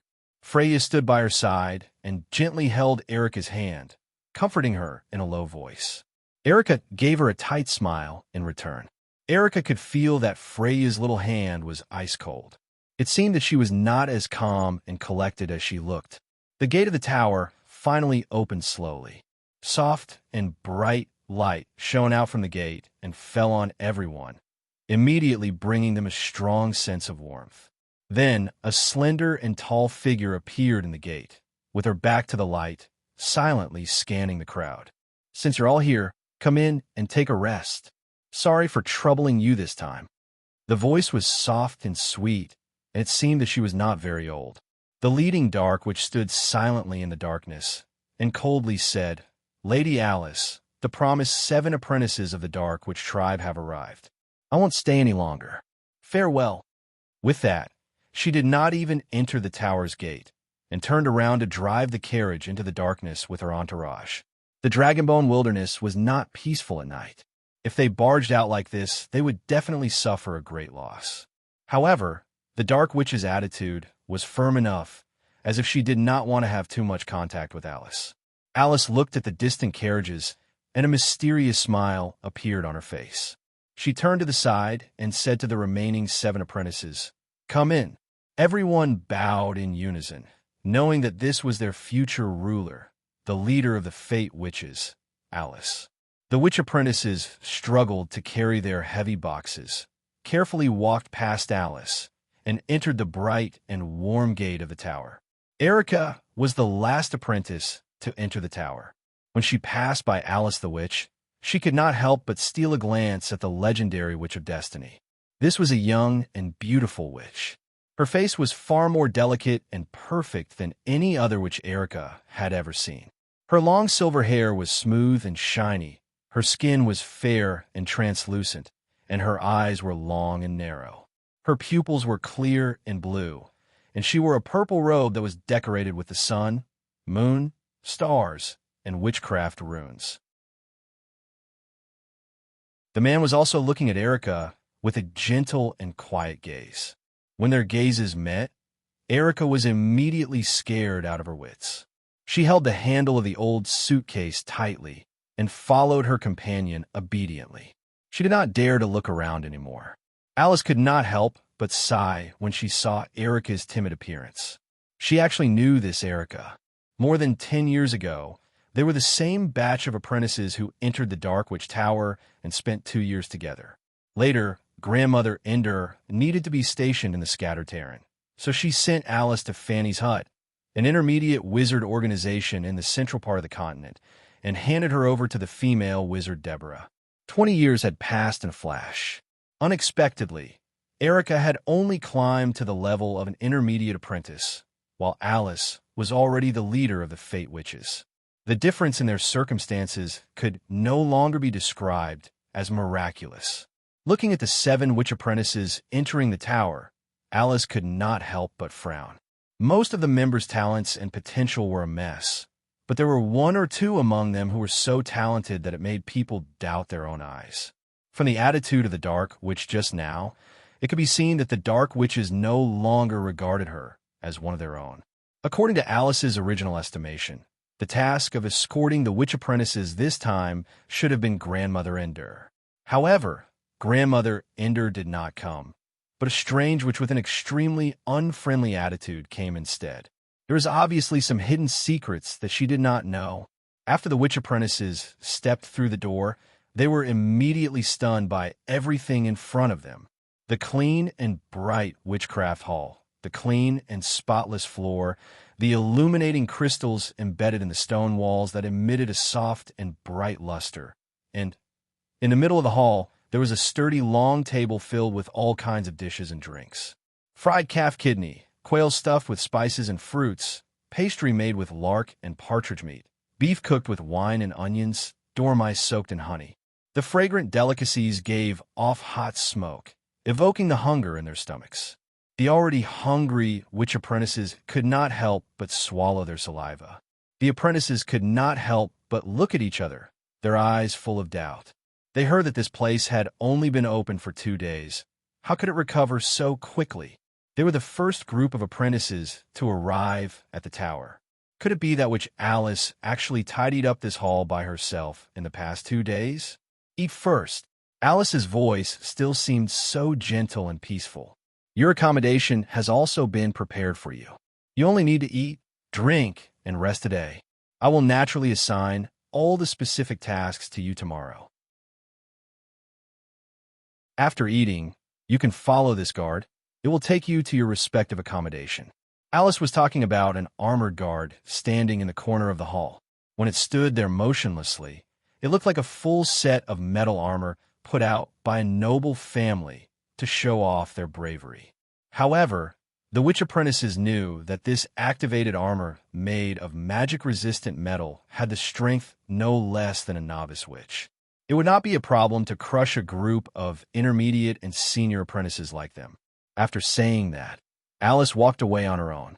Soon, the spacious sorcerer hall was left with only the newcomers and a table of delicacies, as well as an armored guard that stood motionless. Everyone looked at each other and hesitated for a moment. Then, Freya and another high-grade lurling stood up and said in a low voice, We've traveled such a long way. Let's follow Lady Alice's instructions and eat first before resting. Everything else can wait until tomorrow." The group had actually been waiting for this instruction. Hearing Freya's words, the group immediately swarmed forward and occupied a seat at the table, starting to eat and drink with all their might. To be honest, the group had already made up their minds to work hard here for a few years before coming here. After all, the Wizard's Pagoda had been sealed off for thousands of years. The Wizard's Pagoda must have been mostly destroyed, and the materials and resources needed for living and learning would also be extremely scarce. So, not to mention snacks, the group even stuffed the tents they used to sleep in into wooden boxes and brought them over.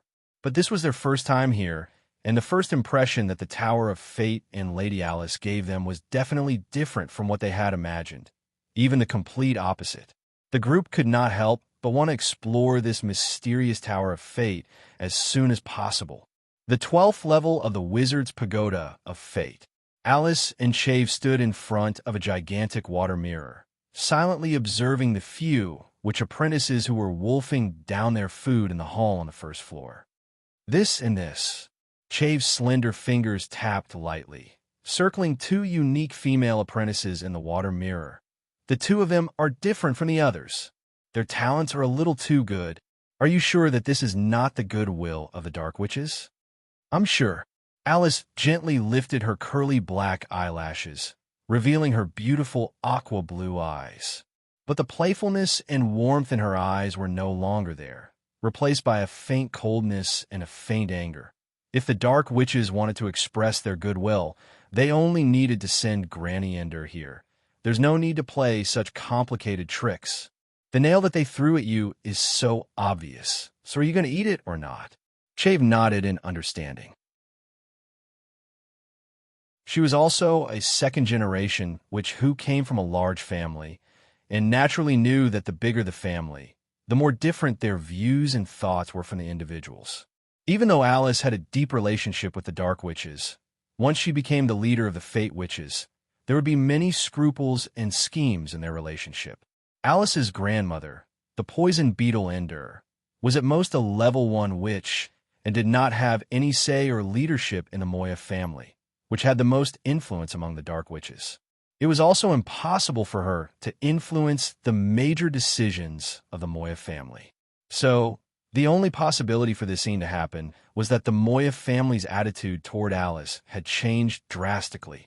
To put it bluntly, if Alice's grandmother did not know what was good for her, she might have been imprisoned by the Dark Witches by now. And it was precisely because of this that Alice's mood suddenly became so bad. Chave, are there enough materials left in the Wizard's Pagoda to hold a divination ritual? I want to get the answer tonight. Alice suddenly turned her head to look at Chave. Over this period of time, Chave had been the one to clean up the various treasure rooms and resource warehouses in the tower. Of course, there are enough materials. Chave took out a list of items. Even though it has been 1,000 years, and most of the materials have lost their effectiveness, the remaining materials are still enough to hold 2 large-scale divination activities. That's good. Alice nodded and instructed, Helen, please clean up the astrological platform on the top floor. I need to use it soon.